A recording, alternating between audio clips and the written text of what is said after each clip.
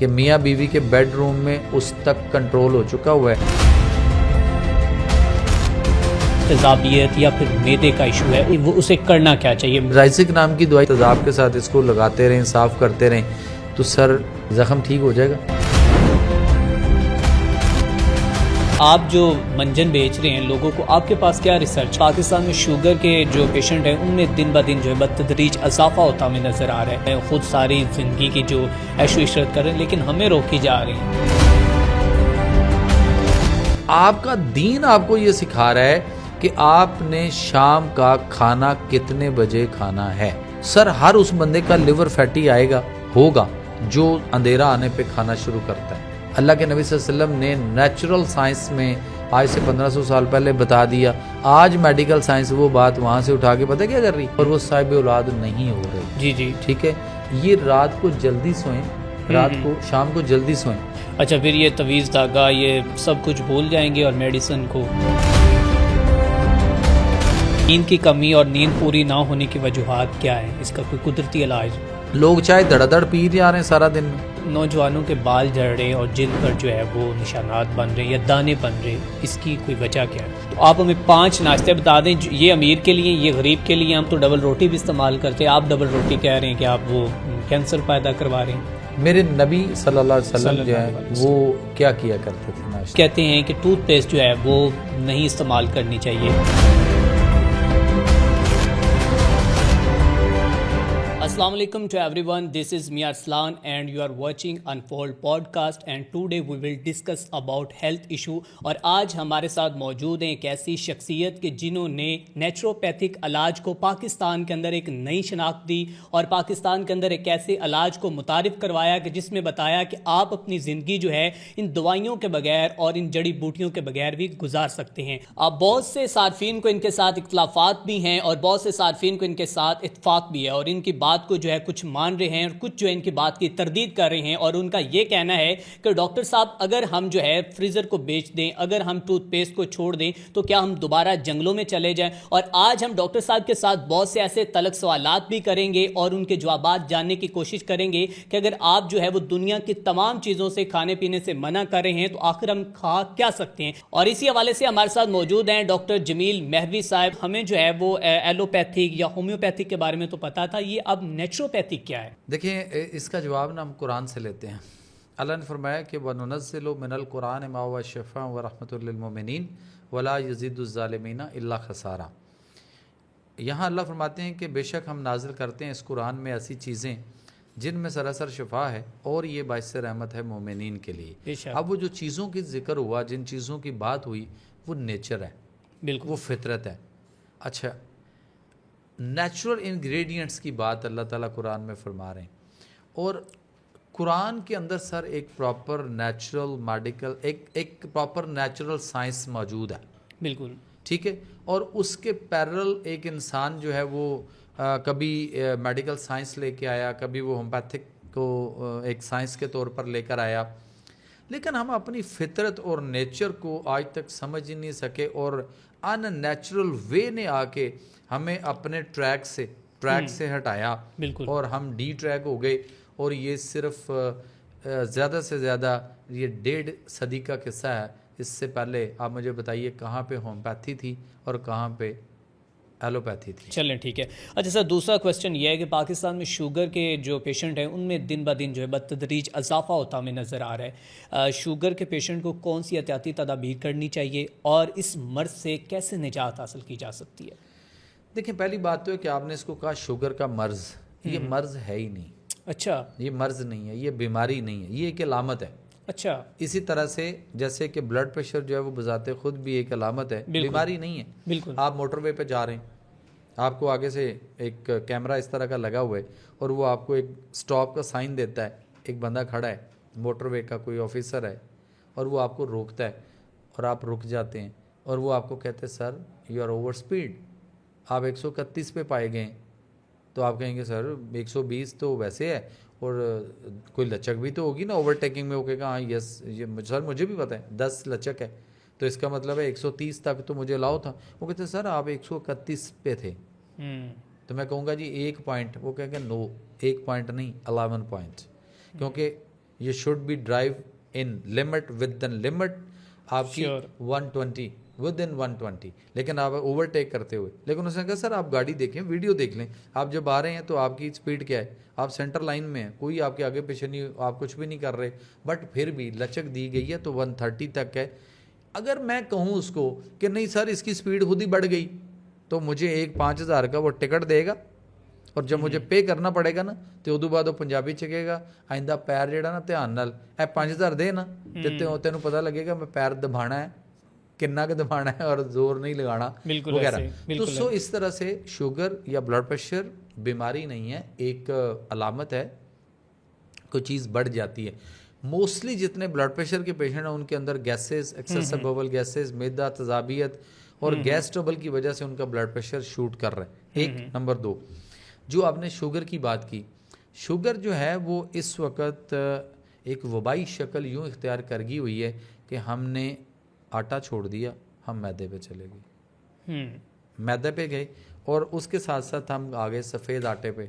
फिर गंदम आपकी जो इस वक्त है वो गंदम आपकी इस वक्त जो ना GMO फूड है, उसके अंदर एक अलग बायोलॉजिकल वार है, बीज आपका कहीं और से आ रहा है। नो डाउट कि हमारी पाक फौज जो है, हमारे तमाम इदारे जो हैं वो हमारी सरहदों की, नज़रियाती सरहदों की हर तरह से भरपूर तरीके से पूरी हिफाजत कर रहे हैं, लेकिन दुश्मन जो है ना वो हमारे बेडरूम तक भी पहुंच गया हुआ है। कैसे कि मियाँ बीवी के बेडरूम में उस तक कंट्रोल हो चुका हुआ है कि बच्चा लेना है या नहीं लेना, अभी 2-3 साल एंजॉय करना है। अच्छा, तो क्या करें, फैमिली प्लानिंग के डिफरेंट मेथड्स करें, तो वो तो वहाँ तक पहुँच गया हुआ है। बिल्कुल। और हम ठीक है, नो डाउट कि इसमें कोई शक नहीं कि हम एक जो है ना वो एटमी पावर हैं, और हमारी पाक फौज और हमारे तमाम इदारे जो हैं वो कमाल के, मैं सलूट पेश करता हूँ अपने इदारों को। और इन्हीं इदारों के साथ मेरा भी एक लिंक है कि हमारे यहाँ पाकिस्तान के अंदर जो है वो स्काउटिंग पूरी दुनिया में होती है जी। तो as a scout, as a national commissioner of scouts Pakistan boy scout association, हमारे स्काउट भी इनके साथ शाना बशाना उसी तरह खड़े होते हैं। जब भी मुल्क को ज़रूरत पड़ी है, सैलाब आए, अर्थक्वेक हो, कोई किसी तरह का नागानी हादसा हो, कोई किसी तरह के कोई ज़रूरत पड़े, तो हमारे स्काउट जो है हम वक्त तैयार होते हैं। तो हमारी भी एक फोर्स है। बिल्कुल। आपको पता है कि 2 निशाने हैदर जो हैं वो स्काउट से उधर गए हैं। एक सरफराज रफ़ीकी शहीद और एक जो है वो हमारे राशिद मिनाज साहब, ये हमारे ये पहले स्काउट थे, स्काउटिंग करते रहे और यहाँ से ये उधर फोर्स में गए और फिर उन्हें ये निशाने हैदर का अवार्ड मिला। जी बिल्कुल। तो हमारा भी फोर्स के साथ ताल्लुक है और उसी तरह है, हम भी चाहते हैं कि ये मसाइल जो है हमारे इस तरह से हों, लेकिन हम कौम को समझा कर इन मसाइल से निकालने की कोशिश में हैं कि यार निकल आओ, कहाँ, बैक टू नेचर, फितरत की तरफ आओ। अच्छा, कौम कहती है जंगल में जाएं, और मैं कब कह रहा हूँ जंगल में जाएं? आप डिफेंस में रहते हुए, आप बैरिया में रहते हुए, आप अस्करी में रहते हुए, आप garden town, model town, whatsoever, satellite town, जो भी जहां आपका घर है सर, आप उसमें रहते हुए सिर्फ फितरत को समझें, वहीं रहना है। और वहीं रहते हुए आप कुरान को समझ ले, आपको क्या सिखाना चाह रहा है कुरान में अल्लाह ताला ने सूरा रूम है चैप्टर 30 और वर्स 30 अल्लाह फरमाते हैं, आप गौर कीजिएगा, फितरत अल्लाह हिल्लती फतर अन्नास अलैहा ला तब्दीला लिखल्किल्लाह ज़ालिका दीनुल क़य्यिम वलाकिन्न अक्सर अन्नास ला यअलमून। अब अल्लाह यहाँ फरमाते हैं घरों में आपके भी कुरान है यार, खोल लो, सवाब के लिए नहीं, तर्जमे के साथ पढ़ने के लिए। अगर रेफरेंस देता हूँ तो उसको खोल लिया करो, रेफरेंस पढ़ो। अब मैं फितरत की बात करता हूँ। और अच्छा चलें इस बात को तर्जमा दे के फिर इससे बात करते हैं कि अल्लाह ने यहाँ इस आयत में फरमाया, ये अल्लाह की पैदा की हुई फितरत, नेचर, ये अल्लाह की पैदा की हुई फितरत जिस पर उसने लोगों को पैदा किया, अल्लाह के बनाए हुए में तब्दीली न करना, तब्दीली न करना, यानी इस फितरत और नेचर के साथ छेड़खानी ना करना। आगे अल्लाह फरमाता है यही सीधा दीन है, यानी जिंदगी करने का तरीका। दीन का माना है जिंदगी करने का तरीका, सिस्टम और वे ऑफ लाइफ, ज़ाब्ता हयात। आगे अल्लाह फरमाते हैं उसी आयत में, लेकिन मगर बहुत से लोग नहीं जानते। नहीं जान। तो मुझे जब बार बार ये सोच आई कि मगर बहुत से लोग नहीं जानते, तो मैं एक मिशन लेकर वो बहुत से वलकिन्ना अक्सर अन्नास ला यालमून कि अक्सरियत तो लोगों की नहीं जानती, मैं उनको बताने के लिए निकला हूँ और लोग मेरे कारवां का हिस्सा बन रहे हैं, जो कि फस्कुरूनी अस्कुरुकुम की बात है।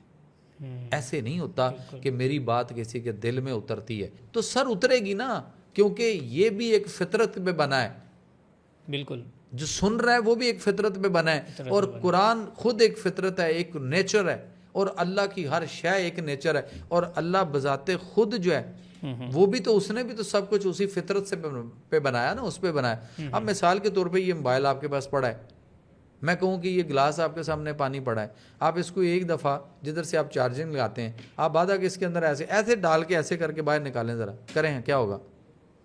छेड़ें इसकी फितरत को, हाँ बिल्कुल छेड़ें, नहीं करेंगे, ये कौम भी नहीं करेगी। ये जितने बैठे वेले बैठ के इधर कमेंट करते हैं ना नीचे, वो जो ऑल फॉल होता है, मैं जवाब पता है क्यों नहीं देता? मेरा कुरान जवाब दे रहा, मेरा अल्लाह ने उसका फैसला दे दिया।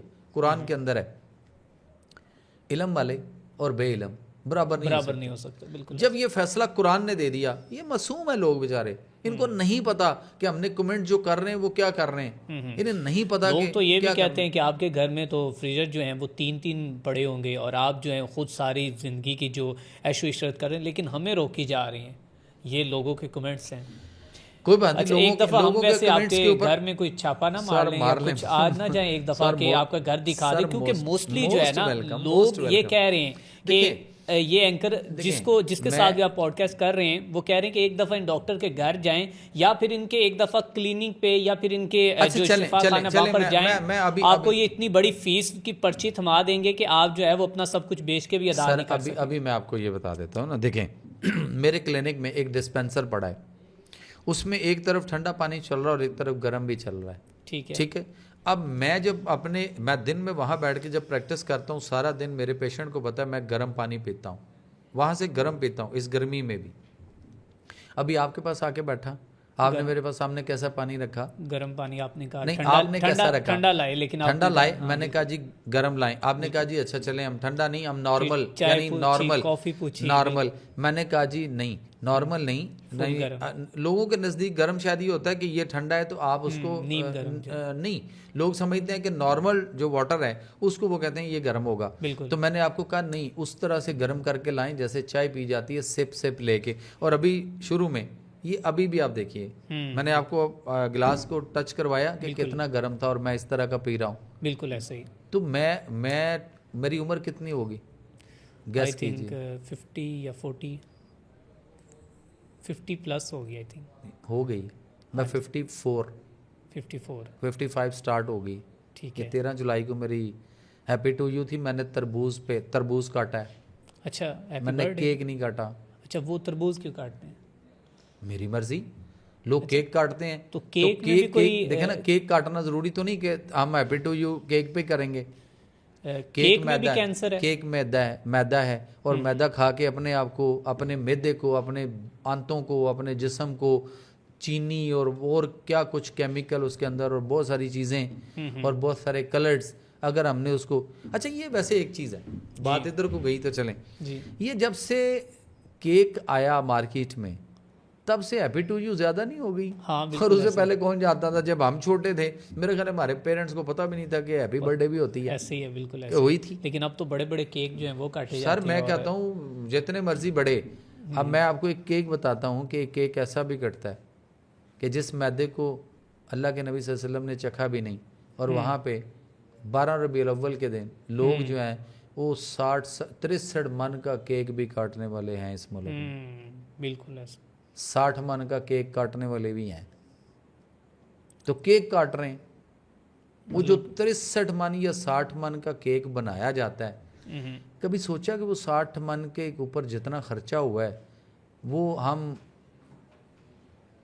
कहीं उन लोगों को, वो कोई ऐसी औरतें ढूंढें जो बेवा हैं और यतीम बच्चे लेकर बड़े कसम पुसी की हालत में हैं, हम उनको कोई राशन दे दें उनके यहाँ कोई चुप करके खामोशी से कोई चीज़ पहुँचाएं जिसके साथ उसका लेकिन महीना यहाँ पर निकल भी जाए। लोग अपने जो है जवाबात वो निकाल के रखते हैं कि ये भी हम सब कुछ करते हैं लेकिन ये होना चाहिए, मतलब वो इस तरह के भी अपने तो सर मैंने तरबूज काटा, मैंने हाँ, तरबूज पे भी छुरी फेर ली, हैप्पी बिल्कुल टू यू अच्छी हो गया। बात है। कोई ज़रूरी तो नहीं है कि बिल्कुल। केक काटेंगे, हाँ, केक सही- काटूंगा तो फिर ही हैप्पी टू यू होना है। सही बात है। अब इस पे भी कई लोग कहेंगे ये हैप्पी टू यू भी नहीं ठीक था। हाँ सही बात है, फिर तरबूज इन्होंने काट दिया। लेकिन बात ये है कि बच्चे मेरे जो है ना, जाहिर बात है वो उनका भी है, मैं उनका भी अच्छा सर, यहाँ पे ये क्वेश्चन कि आपके बच्चे जो हैं वो भी आपकी फितरत के ही हैं या फिर उनमें चेंज है? वो तो आखिर अभी नया खून है, यंग बच्चे हैं, तो वो तो बाहर थोड़ा सर सा बात फास्ट ये है फूड कि चीज़ों को इंजॉय करते होंगे। देखें, मैं ये नहीं कहता कि आप ना खाएं, ना खाएं।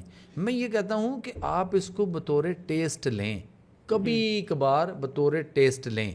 मैं ये नहीं कहूँगा मैंने नहीं चखा या मेरे बच्चों ने नहीं चखा होगा, लेकिन इसको बतौर टेस्ट लेना है। सर ये फूड नहीं है जो हमने हैबिट बना ली है ना, कि हमने इसको एज ए खुराक ले लिया है। बिल्कुल, ये हमारी खुराक नहीं है, ना हमारी खुराक का हिस्सा है। बिल्कुल ऐसे ही। अब मिसाल के तौर पे मैं लाहौर से इस्लामाबाद जा रहा हूँ और मेरे साथ मेरा गार्ड है, मेरे साथ मेरा ड्राइवर है, और उसके बाद मैं उनको रुक के, वो कह रहे हैं जी भूख लग रही है, मैंने उनको कहा ठीक है रुकें जी, क्या खाना है? उन्होंने कहा जी बर्गर खाने हैं। मैंने कहा ठीक है जी ले लो। उन्होंने बर्गर लिए। अब अगर उनको मैं एक एक बर्गर साबित लेके दे रहा हूँ पूरा, और मैं देख रहा हूँ कि मेरे बच्चों ने क्या करना है, तो मैंने कहा ये ना कहें कि हमें टेस्ट भी नहीं करवाया गया। तो मैंने वैसे फ्रूट लिया, मैं फ्रूट खाने का आदी हूँ, वो खिलाने का आदी हूँ। आप मेरे पास क्लिनिक में आएंगे, मैं आपको फ्रूट आपके आगे रखूँगा, मैं कोई जूस नहीं रखूँगा, कोई कोल्ड ड्रिंक नहीं, मैं चाय नहीं रखूँगा, मैं कोई कहवा आपको पिला सकता हूँ जो नेचुरल है वो उस पर जाऊँगा। अब मैंने क्या किया कि एक बर्गर लिया, 4 बच्चे हैं, मैंने छोटा वाला बर्गर लिया और उसके 4 पीस करवाए। 4 पीस करके तो मैंने उन्हें कहा कि ये बेटा आपने टेस्ट करना सर। तो बर्गर आपने भी खा लिया? टेस्ट करवाया उनको, मतलब जस्ट टेस्ट करवाया? हाँ। कि मतलब ये नहीं कि आप उसको इस तरह खाएं कि आपने उसकी हैबिट बना ली, आपने उसको खुराक ही समझ लिया हुआ है कि नहीं जी आज भी बर्गर, रात को खाना नहीं पका बर्गर मंगा लो, रात को बर्गर की डील मंगा लो, रात को फलां डील आ रही है, ये कौन सी डील आ रही। आप इस पे, ये कभी कभार है सर, कभी कभार। अच्छा, उससे फिर कैंसर पैदा नहीं होगा जिस्म में या फिर इस सर तरह होगा ना। तो अगर मैंने बच्चों को, अब सुन लीजिए, अब अगर बच्चों को मैंने टेस्ट करवाया तो अगले लम्हे मैंने, यानी अगले लम्हे से मुराद जब नेक्स्ट टाइम खाने के टाइम हुआ तो मैंने कद्दू पकवाया और कद्दू खाया। अच्छा, ताकि वो उसको मैंने काउंटर कर लिया। अब यहाँ पे मुझे बताइए किसका बच्चा कद्दू खाना चाहता है? कौन कद्दू खाता है? बिल्कुल ऐसे नहीं खाते। कद्दू टिंडे लोग कहते हैं ना कमेंट्स में कि हम क्या खाएं। हाँ जी, मैं कहता हूँ ये छोड़ दें, उसके अलावा गौर ही नहीं जाता, क्योंकि हमारा माइंड सेट इस पे बन गया हुआ है कि ये चीज़ें हमने खानी है, और जो वो खा रहे हैं मैं वो बोल रहा हूँ, मैं मना कर रहा हूँ, और दूसरी साइड पे वो उसके बिहाइंड द सीन दूसरे एंगल पे अभी हमने आगे जाना है, फ्रीजर की तरफ जाना है। कद्दू है, टिंडे हैं, घिया तोरी है, मूली है, गाजर है, शलजम है, पेठा कद्दू है, आपकी भिंडी तोरी है। अच्छा भिंडी तोरी लोग कुछ भी लाइक करते हैं, बाकी जो सब्जियां गिनाई हैं वो कोई खाता ही नहीं है। तो क्या ये सब्जियां अल्लाह ने किस लिए पैदा की हैं? जो आपकी बॉडी को ट्यून करेंगी, जो आपकी बॉडी से फिल्टरिंग करेंगे, जो आपकी बॉडी से आपके सिस्टम को अपग्रेड करेंगी, आपके सॉफ्टवेयर को, हार्डवेयर को अच्छा करेंगी। अल्लाह के नबी सल्लल्लाहु अलैहि वसल्लम ने अपनी पूरी ज़िंदगी सबसे ज़्यादा कद्दू जो है वो तनावुल फरमाया है। बिल्कुल ऐसे। तो फिर हम क्यों नहीं खा रहे? भी है। बिल्कुल है, बिल्कुल ऐसे। अच्छा सर, टाइम को मद्देनज़र रखते हुए हम इसको ना थोड़ा सा शॉर्ट क्वेश्चन में, ताकि लोगों तक जो है वो एक पैगाम भी पहुंच जाए और लोग घर बैठे हमारी इस पॉडकास्ट से थोड़ा सा बेनिफिट लेके अपना इलाज भी कर सकें। अब मैं इसके बाद पूछना चाहता हूँ कि हर दूसरे शख्स को तेज़ाबियत या फिर मैदे का इशू है, उसके लिए शॉर्ट सा में बताएं कि वो उसे करना क्या चाहिए। मैदे की जो रात को जो कि राइजिक कैप्सूल जो हैं वो बहुत ज़्यादा चल रहे हैं, तो राइजिक क्या खाना चाहिए या नहीं, या उसके अल्टरनेटिव कोई भी जो है वो? देखिए पहली बात तो ये है कि इसको लॉजिक से समझाना पड़ेगा। आपके हाथ पे अगर तेज़ाब गिर जाए तो क्या होगा? जल जाएगा, जलेगा, स्किन बर्न होगी, जलेगा, ज़ख़म हो जाएगा। अब आपको कोई अहमक ये कहे कि इसी तेज़ाब को थोड़ा सा बोतल में डाल के जेब में रख लें और थोड़ी सी कॉटन रख लें और रुई के साथ इसी तेज़ाब के साथ इसको लगाते रहें, साफ़ करते रहें, तो सर ज़ख़म ठीक हो जाएगा? नहीं। क्यों? क्योंकि वो मज़ीद ख़राब होगा। ख़राब होगा। अब जो एंटी एसिड्स हैं मेडिसिन जिनका आपने नाम लिया है, ये राइजिक नाम की दवाई सिर्फ 2024 में हमारे प्यारे पाकिस्तानियों ने सिर्फ 8 अरब रुपए की खाई है अच्छा। एक साल में। अब ये सिर्फ राइजिक की बात नहीं है, और भी बहुत सारे एंटी एसिड्स हैं। पैनाडोल का भी आप कहते हैं कि वो सर भी पैनाडोल तो बैन हो चुकी हुई ड्रग है पाकिस्तान के अंदर। लेकिन पैनाडोल अभी भी मिल रही है। सर वो मिलेगी, पीछे खत्म हो गई थी, कम हो गई थी, फिर इसके मार्केट में आ नुकसान गई। क्या हैं? हर शख्स तक रसाई है, कोई गांव में भी हासिल कर सकता है, तो आपका उससे आपके आपको आपके मसला क्या है? लिवर के ऊपर इतना इफेक्ट हो रहा है, आपका लिवर फैटी हो रहा है, लिवर डैमेज हो रहा है, हेपेटाइटिस आ रहा है, उसके बाद लिवर कैंसर पे जा रहा है, धड़ाधड़ लोग खा रहे हैं 2 गोलियां सुबह। अच्छा, 2 फिर एक भी नहीं 2 खाते हैं, तो इसके बारे में क्या कहेंगे? या करना शुद्ध 2 शुद्ध, ये वाली बात है। अभी मेरे पास एक पिछले दिनों एक केस आया, लास्ट स्टेज पे है बंदा, वो लिवर का कैंसर है और जिगर सुकड़ा पड़ा है, पेट में पानी है, और डॉक्टर उसको जो है, लाहौर का एक बहुत बड़ा मारूफ हॉस्पिटल है, बड़ा नाम है उसका, और उसके अंदर एक डॉक्टर साहब बैठे हुए, वो लिवर ट्रांसप्लांट सर्जन है, उनकी प्रेस्क्रिप्शन मेरे पास है। उसने उस पेशेंट को, जिसको वो कह रहा है कि लिवर ट्रांसप्लांट कराओ, वो लिवर ट्रांसप्लांट वाले पेशेंट को उसने पता क्या किया? जी। उसने उसको 2 गोलियां पैरासीटामोल सुबह, 2 दोपहर, 2 शाम, एक दिन में 3 वो लिखी हैं, पीपीआईज भी लिखी हैं, मेडिसिन जो फार्मूला होता है, और साथ उसके उसने उसको जो है ना वो राइजिक भी लिखा है, एंटी एसिड भी लिखा है। अब क्या कहूँ मैं उस डॉक्टर साहब को जो वहाँ पे लाखों रुपए की तनख्वाह ले रहा है बैठ के, और क्या दे रहा है? उसका जवाब पता है कौन देगा? उसका जवाब कोई फार्मासिस्ट, आप उससे पूछ के देखिए। नहीं तो मैंने बताया ना कि मेरी बेटी है, उसको बुला लीजिएगा, उसके साथ एक पॉडकास्ट कीजिएगा, तो आपको ये क्या करता है आगे, जो वो बताएगा ना, मैं बताऊंगा तो लोगों ने कहना है ये तबीब को क्या पता, लेकिन वो qualified pharmacist, doctor of pharmacy और एमफिल, आप उसको बुला के उससे पूछिए, वो जिस तरह आपको एक्सप्लेन करेगी, क्योंकि उसका फील्ड है, वो आपको बताएगी कि लिवर को ये किस तरह डैमेज कर रहा है। अच्छा सर, इसमें तजाबियत का और ये हाजमा अक्सर जो है वो नहीं होता, इसको हल करने के लिए इसका क्या इलाज है? देखिए, पहली बात तो ये है कि हाजमा ख़राब क्यों हो रहा है। अगर हम कुरान के साहित्य के जो फ़लसफ़े से तो तंदुरुस्ती है ना, अगर हम उस पर अमल कर रहे हों तो ये होगा ही नहीं। हाजमा कहाँ से आ गया? हाजमा ख़राब कैसे होगा? आपको गैसेस होंगी कैसे? सवाल तो ये है बिल्कुल कि हमें इसको देखना है। वो ऐसे है कि कुरान में अल्लाह ताला ने फरमाया, सूरह अल-अराफ की आयत नंबर 31 है कि कुलू वशरबू वला तुसरिफू। ये कुरान में हमारे लिए, सब के लिए, इंसानों के लिए सेहत का हेल्थ मोटो है। कुलू वशरबू वला तुसरिफू, खाओ और पियो और इसराफ, हद से तजावुज़ न करो। अल्लाह ज़्यादा खाने वालों को, बार बार खाने वालों को पसंद नहीं फरमाता, नहीं करता। बिल्कुल ऐसे। ठीक हो गया। अब जिसको अल्लाह ना पसंद फरमाए उसका क्या होना है फिर? बिल्कुल ऐसे। मतलब इसका तो हमारे इस्लाम ने, दीन ने साफ वाज़ेह पैगाम दिया, लेकिन अमल की ज़रूरत है। सर अमल, हम अमल करना ही नहीं चाहते, बिल्कुल ऐसे ही है। जिसने अमल करवाना था, जिसने ये दीन की बात लोगों तक पहुंचानी थी, वो कहाँ है? बिल्कुल वो कहाँ है? वो आज मेरे ख्याल में तो कम ही नज़र आ रहे हैं। बहुत के अपने पेट बड़े हुए, बहुत के तो अपने पेट बड़े हुए हैं। बिल्कुल ऐसे ही। तो मसला ये है कि हमें गैस, मुसलमान सुबह शाम को जल्दी सोए, शाम को जल्दी सोए। एक सवाल आता है ना, अक्सर हमारे जहन में आती है, लिवर फैटी हो रहा है ना लोगों का, लिवर फैटी हो रहा है। नेक्स्ट क्वेश्चन अच्छा चलें, आपका नेक्स्ट क्वेश्चन बीच में शामिल कर लेते हैं। बिल्कुल ऐसे कि लिवर फैटी क्यों हो रहा है? हाँ जी बिल्कुल। आपका दीन आपको ये सिखा रहा है कि आपने शाम का खाना कितने बजे खाना है, बताइए क्या है? आई थिंक वो 6 बजे शाम, मगरिब से, मतलब कि रोशनी ढलने से पहले। ये तो आपने वीडियो देख ली मेरी पहले। मतलब क्या इन्फॉर्मेशन। अब देखिए रमज़ान में हम क्या कर रहे हैं। रमज़ान में हमारी जो अफ्तारी है वो कितने बजे है? मगरिब की, सूरज गुरूब होने पे है, अंधेरा होने पे नहीं है। बिल्कुल यानी अजान हुई और हम अजान से पहले हम खाना रेडी रख के बैठे होते हैं या नहीं बैठे होते? बिल्कुल ऐसे। बल्कि जिसने रोज़ा नहीं रखा होता वो पहले बैठा होता है उसको ज़्यादा भूख लगी होती। सो उसके बाद आपके पास जो है ना अजान के बाद आपके पास 20-25 मिनट, आधा घंटा मैक्सिमम है। लेकिन जब आपके बाहर सफ़ेदी स्याही में बदलना शुरू हो जाए और अंधेरा आना शुरू हो जाए तो उस वक्त खाना छोड़ दीजिए। नेचर और फितरत आज भी हमें ये सिखा रही। आप परिंदों को देख लें ना सर, देहातों वालों को देख लें, शहरों वालों को देख लें, जिन्होंने घरों में परिंदे रखे हैं उनको देख लें।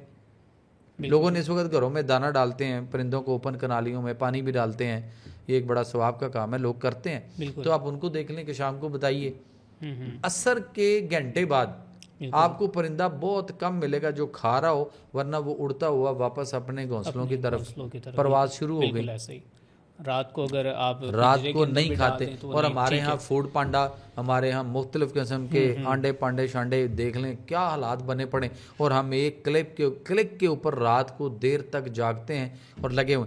सर हर उस बंदे का लिवर फैटी होगा जो अंधेरा आने पे खाना शुरू करता है और अंधेरे पे खाता है, मगरिब के आधे घंटे के बाद तक, तो उसके बाद फिर जो लगा रहता है और आधी रात तक लगा रहता है। तो सबसे पहले तो ये है कि आप टाइम से क्यों नहीं खाते, टाइम से खाएं।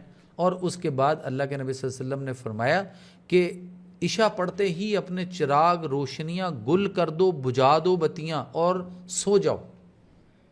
ठीक है, सो जाओ। क्यों सोना था? गुल बत्तियां चिराग क्यों बुझाए जा रहे थे? आपको ये भी हुक्म था कि आप अपनी खिड़कियां दरवाजे बंद कर लो और बाहर रात को ना निकलो। बिल्कुल ऐसा। ठीक है। और अब हम यहाँ पे रात को जॉब कर रहे हैं और रात को सारी रात फिर रहे हैं, और बच्चे हमारे फ्री लांसिंग और पता नहीं क्या क्या कुछ, कोई सिस्टम पे बैठा है, कोई कंप्यूटर पे बैठा है, कोई कुछ कर रहा है, कोई कुछ कर। सर बॉडी आज हमारी ये बता रही है, अल्लाह के नबी सल्लल्लाहु अलैहि वसल्लम ने नेचुरल साइंस में आज से 1500 साल पहले बता दिया।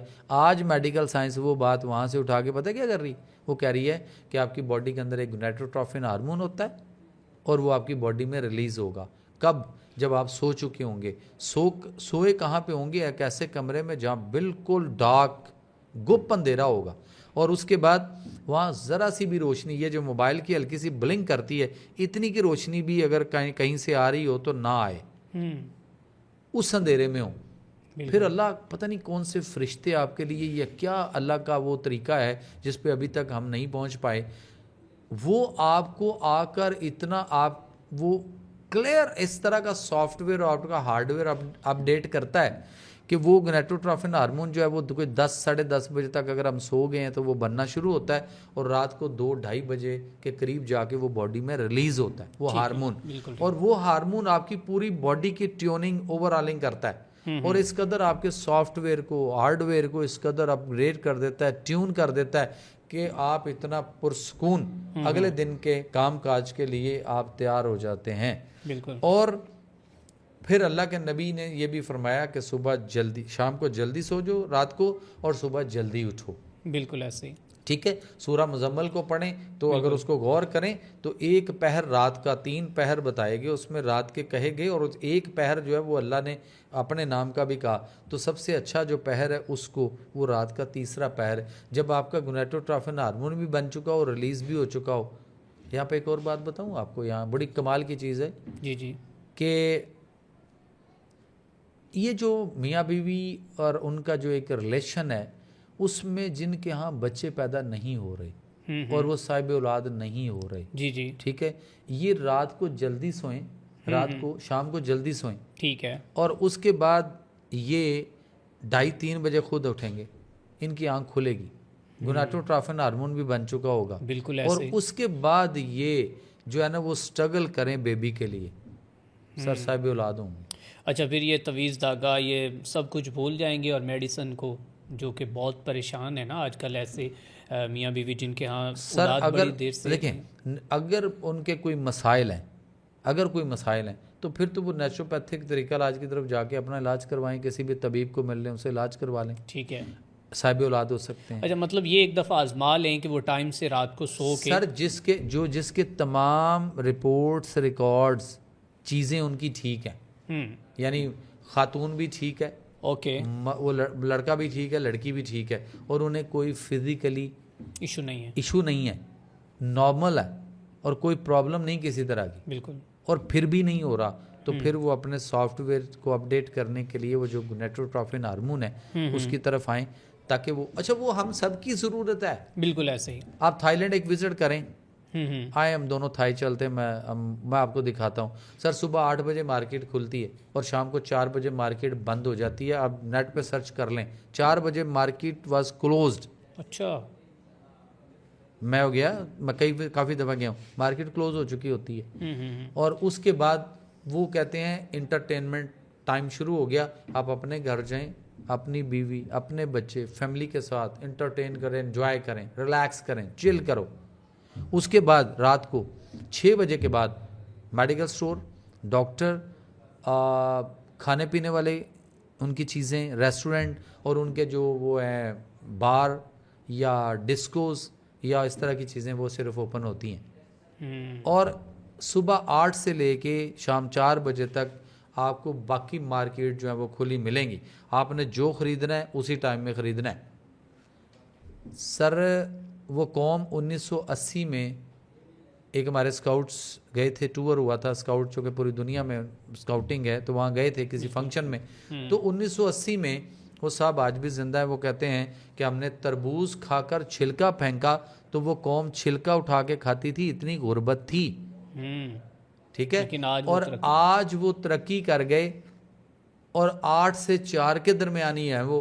उनका कोई वहां पे ये नहीं कहता कि रात 10, 11, 12, 1, 2 बजे तक मार्केट हमारी खुली रहने दो। कोई शख्स ये रोना रो रहा है कि मैं कामयाब नहीं हो रहा हूँ, मैं जो कि स्ट्रगल में हूँ, लेकिन स्ट्रगल में वो कैसे कि वो सारी रात जो है वो कैफे पे बैठा है, क्वाटा चाय पी रहा है, चाय के पे भी आएंगे हम, पराठे, हाँ तो उधर भी आएंगे, लेकिन तो वो कहता है जी मैं कामयाब नहीं हो रहा हूँ। तो वो उसको कौन सी आदतें अपनानी चाहिए कि वो ये टाइम उठे और ये सोए और उससे उसकी सर अल्लाह के नबी सल्लल्लाहु अलैहि वसल्लम की आदत अपनानी है ना। आपने फरमाया जल्दी सो जाओ और जल्दी उठो। अब मुझे ये बताएं, वहाँ थाईलैंड में आज भी ये जो हमारे पैनोरामा वाले हैं, जी, अगर कोई जो पैनोरामा में इस वक्त सुन रहा होगा, या जो हमारे इचरा मार्केट है, अनारकली है, कुछ और शादमान, कोई ऐसे एरिए, DHA में भी एच मार्केट, ये वो जहाँ पे वो ताजर बैठा है जो आपको थाई स्टफ बेच रहा है बैठ के, बच्चों के कपड़े, गारमेंट्स थाई से लेके आ रहा है। आप उनसे पूछे थाई में बनते हैं, ये बनते तो कहीं और हैं, वहाँ जाते हैं लोग, वहाँ जाते हैं और वहाँ बेचते हैं। और वहाँ पे एक 15 स्क्वायर मार्केट है बैंकॉक में। बैंकॉक का जो स्टेट कमिश्नर है ना, उसका नाम है हाजी उस्मान, लेकिन वो उसको सम्मान बोलते हैं, एन नहीं बोलते, हाजी सम्मान। ठीक है। मेरा बड़ा अच्छा फ्रेंड है, बाबा है, 80-85 साल का उम्र है उसकी, 90 साल शायद अब उसकी करीब हो चुकी होगी। सर 15 स्क्वायर मार्केट में ये जितने आपके मैंने ताजर गिनवाए, ये सारे वहाँ से जाके माल लेकर आते हैं। इनसे पूछें कि वो सुबह यहाँ ये स्ट्राइक करते हैं कि नहीं जी रात को आधी रात तक मार्केटें खुली रहने दो। तो वहाँ ये जब होटल में रात को घूमते फिरते हैं और इस तरह हैं, और तो इन्हें पूछें कि सुबह 8 बजे ये मार्केट पहुंचे होते हैं कि नहीं वहाँ पे, और शाम को 4 बजे बंद हो जाती है, बिल्कुल बंद हो जाती है। हमने कुछ चीज़ें खरीदी, मैंने T-शर्ट्स खरीदी, मैंने कोई पोलो की वो शर्ट्स ली, कोई जैकेट्स ली, कोई पैंट्स ली, जीन्स वगैरह की अपने लिए, बच्चों के लिए। तो सर हमने काफ़ी सारी चीज़ें निकलवाई। तो अब मजीद कुछ और देखना चाह रहे थे, उन्होंने कहा सर 3:45 हो गए, उन्होंने कहा जी क्लोज मतलब कि आप इसको इस तरह, मैंने उससे कहा कि इसका बिल बना लें या कुछ ऐसा कर लें। उन्होंने कहा नहीं, आप कल सुबह आ जाएं। अच्छा। ये चीज़ें इधर ही पड़ी होंगी। अब यकीन करें कि पाकिस्तानी हमारा कोई ताजर होता, वो कहता भाजी ये बिल बनाओ फटाफट, ये पैसे या इंज करो, मैंने कोई 10-20-50 हज़ार दे जो एडवांस, तो ये माल थोड़ा इतने पिया, सवेरे आ जाना। उन्होंने कहा सर सवेरे आओ। हमने कहा अगर हमने उसका ना आए तो फिर, वो कहता ना हो तो कोई गल नहीं, ਤੁਹਾਡੀ ਮਰਜ਼ੀ, मेरा माल तो ਇੱਥੇ ही है ना। ਉਹਨੂੰ माल ਵੇਚਣ ਦੀ ਫਿਕਰ ਕੋਈ नहीं, ਉਹਨੂੰ पता है कि मेरा बिकना है, सवेरे बिक जाएगा, तुसी नहीं लोगे, कोई और ले लेगा।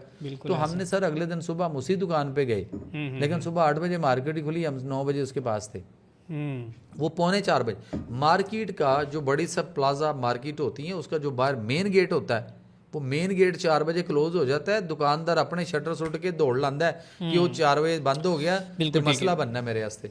ओके सर, आगे आते हैं कि नींद की कमी और नींद पूरी ना होने की वजूहात क्या है, इसका कोई कुदरती इलाज थोड़ा सा? सबसे पहली बात तो यह है कि नींद का बेहतरीन इलाज पता है कहाँ है?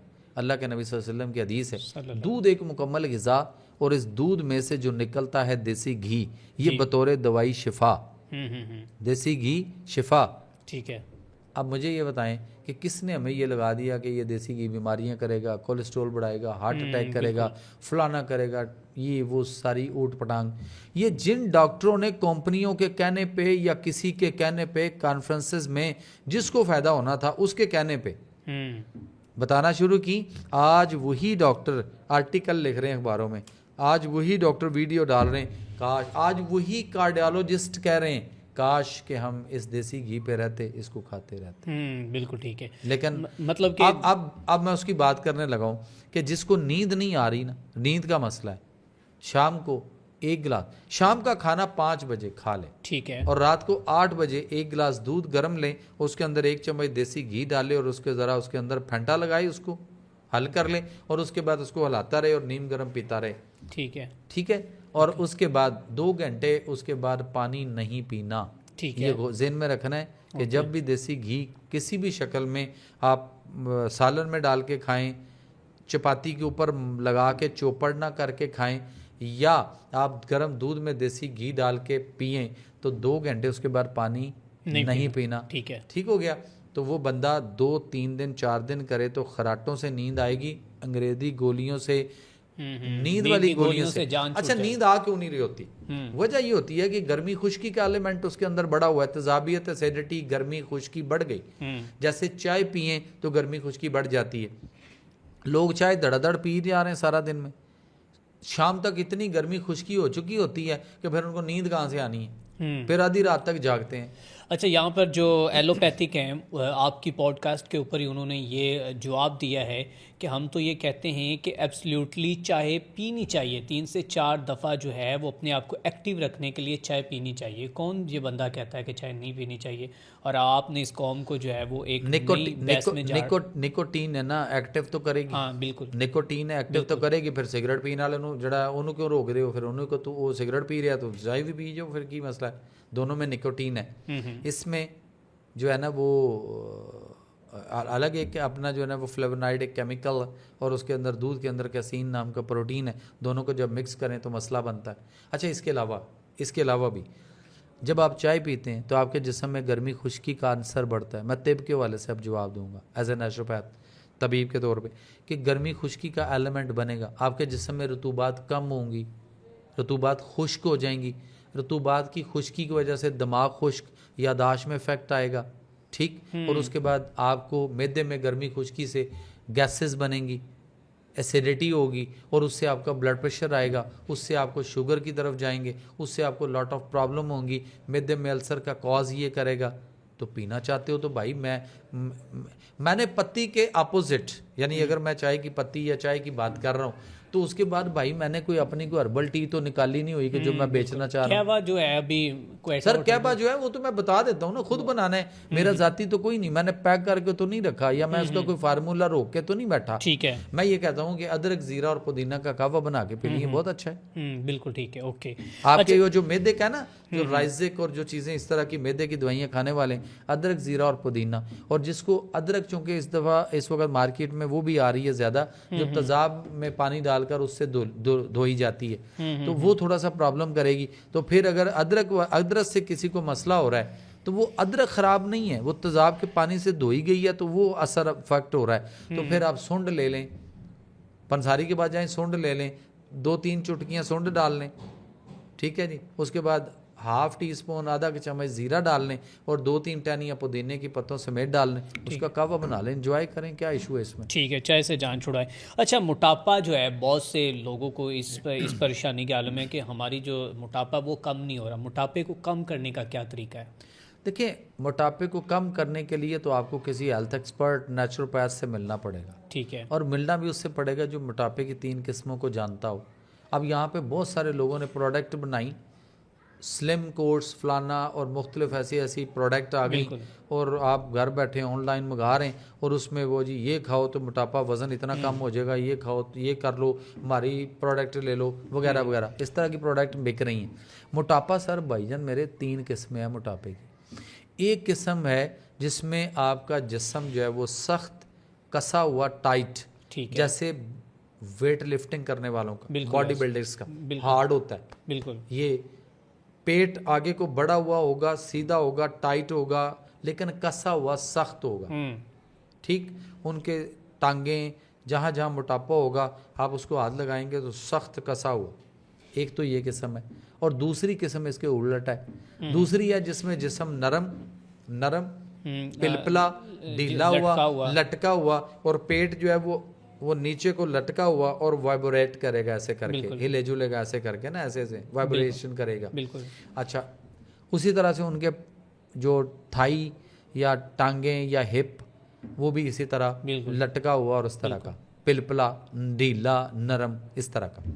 तीसरा मोटापा जो है, ये दो पब्लिक में है, और तीसरा मोटापा जो है वो या किडनी के पेशेंट्स में होगा या लिवर के पेशेंट में होगा, बाकी किसी में नहीं। वो है जिसमें मोटापा होगा बट जिस्म पे स्वेलिंग भी होगी, पाँव पे, चेहरे पे, हाथ पे, टांगों पे, मुख्तलिफ जगहों पे ओडियामा, यानी उनके जिस्म में पानी भर चुका हुआ है, पानी फैल रहा है, पेशाब उधर से निकलने के बजाय दूसरी तरफ आ रहा है, और उनको अगर आप दबाएंगे ऐसे करके किसी भी जगह, बिल्कुल बिल्कुल, फर्ज करें पाँव पे दबाया तो दबाने से गड़ा पड़ेगा, और वो गड़ा थोड़े कुछ 15-20-30 सेकंड के बाद आहिस्ता आहिस्ता ऊपर आएगा, सरफेस अपनी जगह पे आएगा। तो वो मोटापे की एक तीसरी किस्म है। अब मुझे ये बताइए कि मैं इस कौम को, वो कहेंगे जी इतनी हमने बात सुनी है और इन्होंने ये नहीं बताया कि अब किसने कौन सी क्या चीज़ लेनी है। अब उससे रेलिवेंट क्या चीज़ है, किसी के मैदे का इशू है, किसी के जिगर का इशू है, किसी के साथ किडनी का इशू है, किसी के शुगर और ब्लड प्रेशर का इशू है, तो इनको बताइए हम क्या ऐसा दें। हम तो ये कह रहे हैं कि इनसे बचो पहले। ये जो आप घर बैठ के मुख्तलिफ प्रोडक्ट मंगा रहे हो कि मेरा मोटापा किसी का कम हुआ, कहीं तुक्का लगा तो 5 किलो कम हो गया, बाद में 10 किलो बढ़ गया, बिल्कुल ऐसे ही। तो डिपेंड ऑन के सर हमने हर्बल जो तरीका इलाज है ना, ये जो नेचुरोपैथिक तरीका इलाज है, हमने इसको इस कदर इतना आसान शायद समझा हुआ है कि जैसे जुबैदा आपा अल्लाह उनको जन्नत नसीब करें, वो चली गई, अब उनका क्या कहना, उन्होंने अपने प्रोग्राम टीवी के ऊपर वो कुकिंग शो करते करते उन्होंने बीच में ऐसे जुबैदा आपा ने टोटके दिए इस कौम को कि उसके बाद कौम का क्या बना। उसके बाद सही जो तबीब था, जो नेचुरोपैथ था, वो भी बेचारा फारग हो गया, क्योंकि वो कहा जी लो टोटके, कोई टोटका नहीं है सर इसमें। आप जिसके पास जाएंगे, जिससे मिलेंगे, जिसको आप दिखाएंगे, वो देखेगा, वो जज करेगा, वो आपकी बहुत सारी और चीज़ों को देखेगा, उसके मुताबिक वो आपकी खुराक, आपका परहेज, आपकी दवाई, आपके मिजाज के मुताबिक, उसके मुताबिक वो देगा आपको, तो आप ठीक हो सकते हैं। वरना घर बैठ के मंगवाने से इस तरह कुछ नहीं हो। ओके सर, नौजवानों के बाल झड़ रहे हैं और जिल्द पर जो है वो निशानात बन रहे हैं या दाने बन रहे हैं, इसकी कोई वजह क्या है? देखें, एक तो वजह तजाबियत है, एसिडिटी है, एसिड है जो प्रोड्यूस हो रहा है, जो कि नौजवान जो है धड़ाधड़ पिज़्ज़े, बर्गर, शवारमे, सब जंक फूड, फास्ट फूड अंधाधुंध खा रहे हैं। ठीक है। दूसरी बात, वो cold drink, soft drink, energy drinks ले रहे हैं, वहाँ से इश्यूज़ बन रहे हैं। और सबसे बड़ी बात इस वक्त जो है ना, वही है जो अपने बालों की कितने बच्चे हमारे जो बालों को धोके हैं और उसके बाद तेल भी लगाते हैं, और हफ्ते में 2-1 दफ़ा ऑयल करते हो। अब जिसने तेल लगाया होता है उसको पता क्या कहते हैं? मजाक बनाया जाता है, पेंडू है। पेंडू है, बिल्कुल पेंडू है, बिल्कुल ऐसे। तो फिर क्या करें उनका? अब मैं 55 के करीब, अब तो अब मेरे बाल देख लें, सारे के सारे नेचुरल हैं, कोई कभी कलर के अंदर जो सुरमा डालने वाली एक सुन्नत थी हमारी, उससे भी हम पीछे हटते जा रहे हैं। यार ये सुन्नत किसी ने ख़त्म की ना। अभी आज भी कमेंट, अभी हम बात कर रहे हैं, नीचे कमेंट्स आ जाएंगे कौन सा सुरमा, किसका सुरमा, आज माएँ वो नहीं रही, आज वो बातें नहीं रही। तो भाई वो जब माएँ सुरमा लगाती थी, सुरमा पीसती थी घर में बैठ के खुद। मेरी वालदा को मैंने देखा है, वो कोई भी सऊदीया जा रहा होता था तो उससे वो कहती थी, या खुद जाती थी, जब हम जाते थे तो वो मंगवाती होती थी डली वाला सुरमा, और उन्होंने खरल रखा होता था, उसके अंदर वो उसको रगड़ती थी, अरके गुलाब डालती थी या जमजम का पानी डालती थी, और उसके अंदर बीच में सब्ज़ इलायची, बीच में बादाम की गिरियाँ, बीच में और बहुत सारे और ऐसी चीज़ें, वो इतनी डाल के उनको खरल कर करके वो महीनों लगते थे। 8-10 महीने के बाद जाके वो सुरमा पिसता, और कई चीज़ें उसके अंदर और पिसी होती थी, और उतनी देर तक उनके जो करीबी रिश्तेदार और देखने आने वाले वो सारे बुकिंग करा चुके होते थे कि थोड़ा सा मुझे भी थोड़ा सा मुझे। अब वो माएँ नहीं रही, क्या करें। और ऊपर से डॉक्टर ने कसर निकाली कि सुरमा कौन पांदा है, जन्म घुट्टी कौन दिंदा है। तो मैं उनसे पूछता हूँ, जो तुसी पैदा होए सी तो उदों घुट्टी भी ਤੁਹਾਨੂੰ ਦਿੱਤੀ ਗਈ ਸੀ ਤੇ ਅੱਖ 'ਚ ਸੁਰਮਾ ਵੀ ਪਾਇਆ ਗਿਆ ਸੀ। ਬਿਲਕੁਲ ਐਸੇ ਤੇ ਹੁਣ ਤੁਸੀਂ ਕਹਿੰਦੇ ਹੋ ਕਿ ਅਸੀਂ ਬਹੁਤ ਸਿਆਣੇ ਹੋ ਗਏ। ਬਿਲਕੁਲ ਇਹ ਇੰਨੇ ਕੁ ਸਿਆਣੇ ਹੋ ਗਏ ਨੇ, ਜਦੋਂ ਤੱਕ ਸਾਡੀਆਂ ਮਾਵਾਂ, ਸਾਡੀਆਂ ਬੀਵੀਆਂ, ਸਾਡੀਆਂ ਭੈਣਾਂ ਜਦੋਂ ਤੱਕ ਦਾਈਆਂ ਦੇ ਹੱਥੇ ਰਹੀਆਂ ਨੇ, ਉਹ ਚਾਹੇ ਅਨਪੜ੍ਹ ਸਨ, ਥੋੜਾ ਪੜ੍ਹੀਆਂ ਸਨ, ਬੱਚਾ ਤੁਹਾਡਾ ਨਾਰਮਲ ਪੈਦਾ ਕਰ ਦਿੰਦੀਆਂ ਸਨ, और आसानी नाल, लेकिन आसानी नाल जो है वो मौत। और जब से हम कौन से अताइयों क्या कहते हैं, अताई डॉक्टर जो हैं इस तरह जो घर में बैठे हुए हैं, जो दाइयाँ हैं, वो तो उनकी ऑपरेशन ना होने की वजह से बड़ी मौत हो रही हैं, ये आजकल के हमें खबरें सुनने को मिल रही हैं। अच्छा, आप फितरत किसी भी जी शौर की विलादत के लिए ऑपरेशन का तस्करा करती है? नहीं। वेटरनरी डॉक्टर हैं, वेटरनरी डॉक्टर हैं, जी जी यस नो बताते जाइए। वेटरनरी डॉक्टर हैं, हैं, बिल्कुल। वेटरनरी डिस्पेंसरियां हैं, हैं, बिल्कुल। वेटरनरी हॉस्पिटल हैं, हैं, बिल्कुल। वेटरनरी यूनिवर्सिटियां हैं, हैं। बिल्कुल। लाइन सर्च करें कहीं भी पूरी दुनिया में, बताएं आज तक किसी जानवर के जो है वो सजेरियन हुआ हो, बताएं ना। दौर सिर्फ हमारे लिए कि चेंज हो गया, वो माएँ नहीं रही, वो खुराकें नहीं रही, वो दौर नहीं रहा, वो सब कुछ बदल गया। ओ भाई, इसी वो जानवर भी हमारे साथ हैं। एक सिर्फ हमारी माँ बहन बेटी बीवी बच्चा पैदा नहीं कर रही सिर्फ मखलूक इंसान, इससे ज़्यादा और अल्लाह की कई मखलूक हैं जो बच्चे पैदा करती हैं। आप मुझे बताएं वो कैसे कर रही हैं? उनका हो रहा है ना, उनके नॉर्मल डिलीवरियाँ हो रही हैं। एक खरगोश ले लो आप, घर में रखें ज़रा, 2 खरगोश ले आए, एक नर और एक मादा, दोनों को घर में रखें। जिस दिन उन्होंने बच्चे देने शुरू कर दिए, हर महीने उसने चन्न दे चन्न, जिन्हों पंजाबी च कहते हैं, इतना सा खरगोश, इतना सा पेट, इतनी सी यूट्रस, उसके अंदर 12 14 16 बच्चे ने। और वो बताइए मुझे, कोई ट्रेन की पटड़ी की तरह आगे इंजन लगा हुआ है कि एक लाइन में सारे आ रहे थे, सारे ही उल्टे पुल्टे, इधर विंगे टेढ़े जो भी हैं। कौन कर रहा है? वहाँ तो अल्लाह दे रहा है, यहाँ भी दे रहा है, यहाँ देना चाहता है, आप लेना नहीं चाहते। डॉक्टर आपको क्या कर रहा है? डॉक्टर आपके साथ एक चीटिंग कर रहा है। वो कह रहा है कि मिसेस फलां, आप ये बताइए, आपकी रिपोर्ट तो पॉजिटिव आ गई, आपकी प्रेगनेंसी है, हमल है, मुबारक हो आपको। आप ये बताएं कि आपके जो लास्ट मेंसेस पीरियड डेट है वो क्या थी, LMP क्या थी?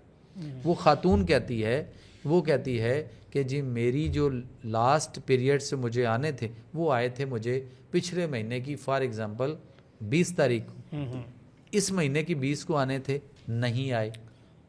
तो डॉक्टर कहता है ओके, रिपोर्ट पॉजिटिव आ गई, आज क्या तारीख है? 23। तो वो कहता है 1 महीना 23 दिन का आपका हमल हो गया, ठीक है। और उसी के मुताबिक वो जो उसकी LMP थी, लास्ट मेंसेस पीरियड डेट थी, वो उसी के मुताबिक उसकी EDD निकाल रहा है, एंड डिलीवरी डेट निकाल रहा है। सही कर रहा है या गलत कर रहा है हमें नहीं पता, लेकिन गलत कर रहा है। कैसे गलत कर रहा है? कि वो उसने आने की डेट पूछी है सर, नहाने की नहीं पूछी। आने और नहाने में 1 हफ्ता है, 8 दिन है सर, 8 दिन तो है ना, बिल्कुल। तो उस 8 दिन में प्रेगनेंसी हो सकती है? रिलेशन ही नहीं होता तो प्रेगनेंसी कैसे होनी है? बिल्कुल ऐसे ही, नापाकी है ना। बिल्कुल। तो वो 8 दिन तो पहले वेव करने या एंड पे जाके माइनस करने हैं कि नहीं? आपका डॉक्टर उसको बीच में रख के बैठा है। गलत क्या हो रहा है ये समझाने लगा। अब आगे 1 हफ्ता मेडिकल साइंस कहती है कि आपकी ओवरीज के अंदर, बच्चादानियों में छोटे छोटे फॉलिकल्स बनते हैं, छोटे छोटे फॉलिकल्स बनते हैं, फिर वो आहिस्ता आहिस्ता एग बनते हैं, फिर एक एग मैच्योर होके यूट्रस में आता है, फिर वो प्रेगनेंसी होने के चांस होते हैं उसके साथ, जो फर्टिलाइज होना है स्पर्म्स ने। अब ये देखिए कि 8 दिन तो वो नीचे आने में लगे, उसको एग बनने में लगे, 8 दिन पहले, 1 हफ्ता पहला और 1 हफ्ता दूसरा, कितने हो गए? 2 हफ्ते जी। और डॉक्टर तो आपका जो है वो LMP से EDD तक वो बीच में ही 15 दिन रख के बह गया जी। तो ਤੁਹਾਨੂੰ पहले बुलाएगा फिर 15 दिन, 15-20 दिन पहले बुला रहे हैं, तो मैंने दसो दर्दा कितों होनी है।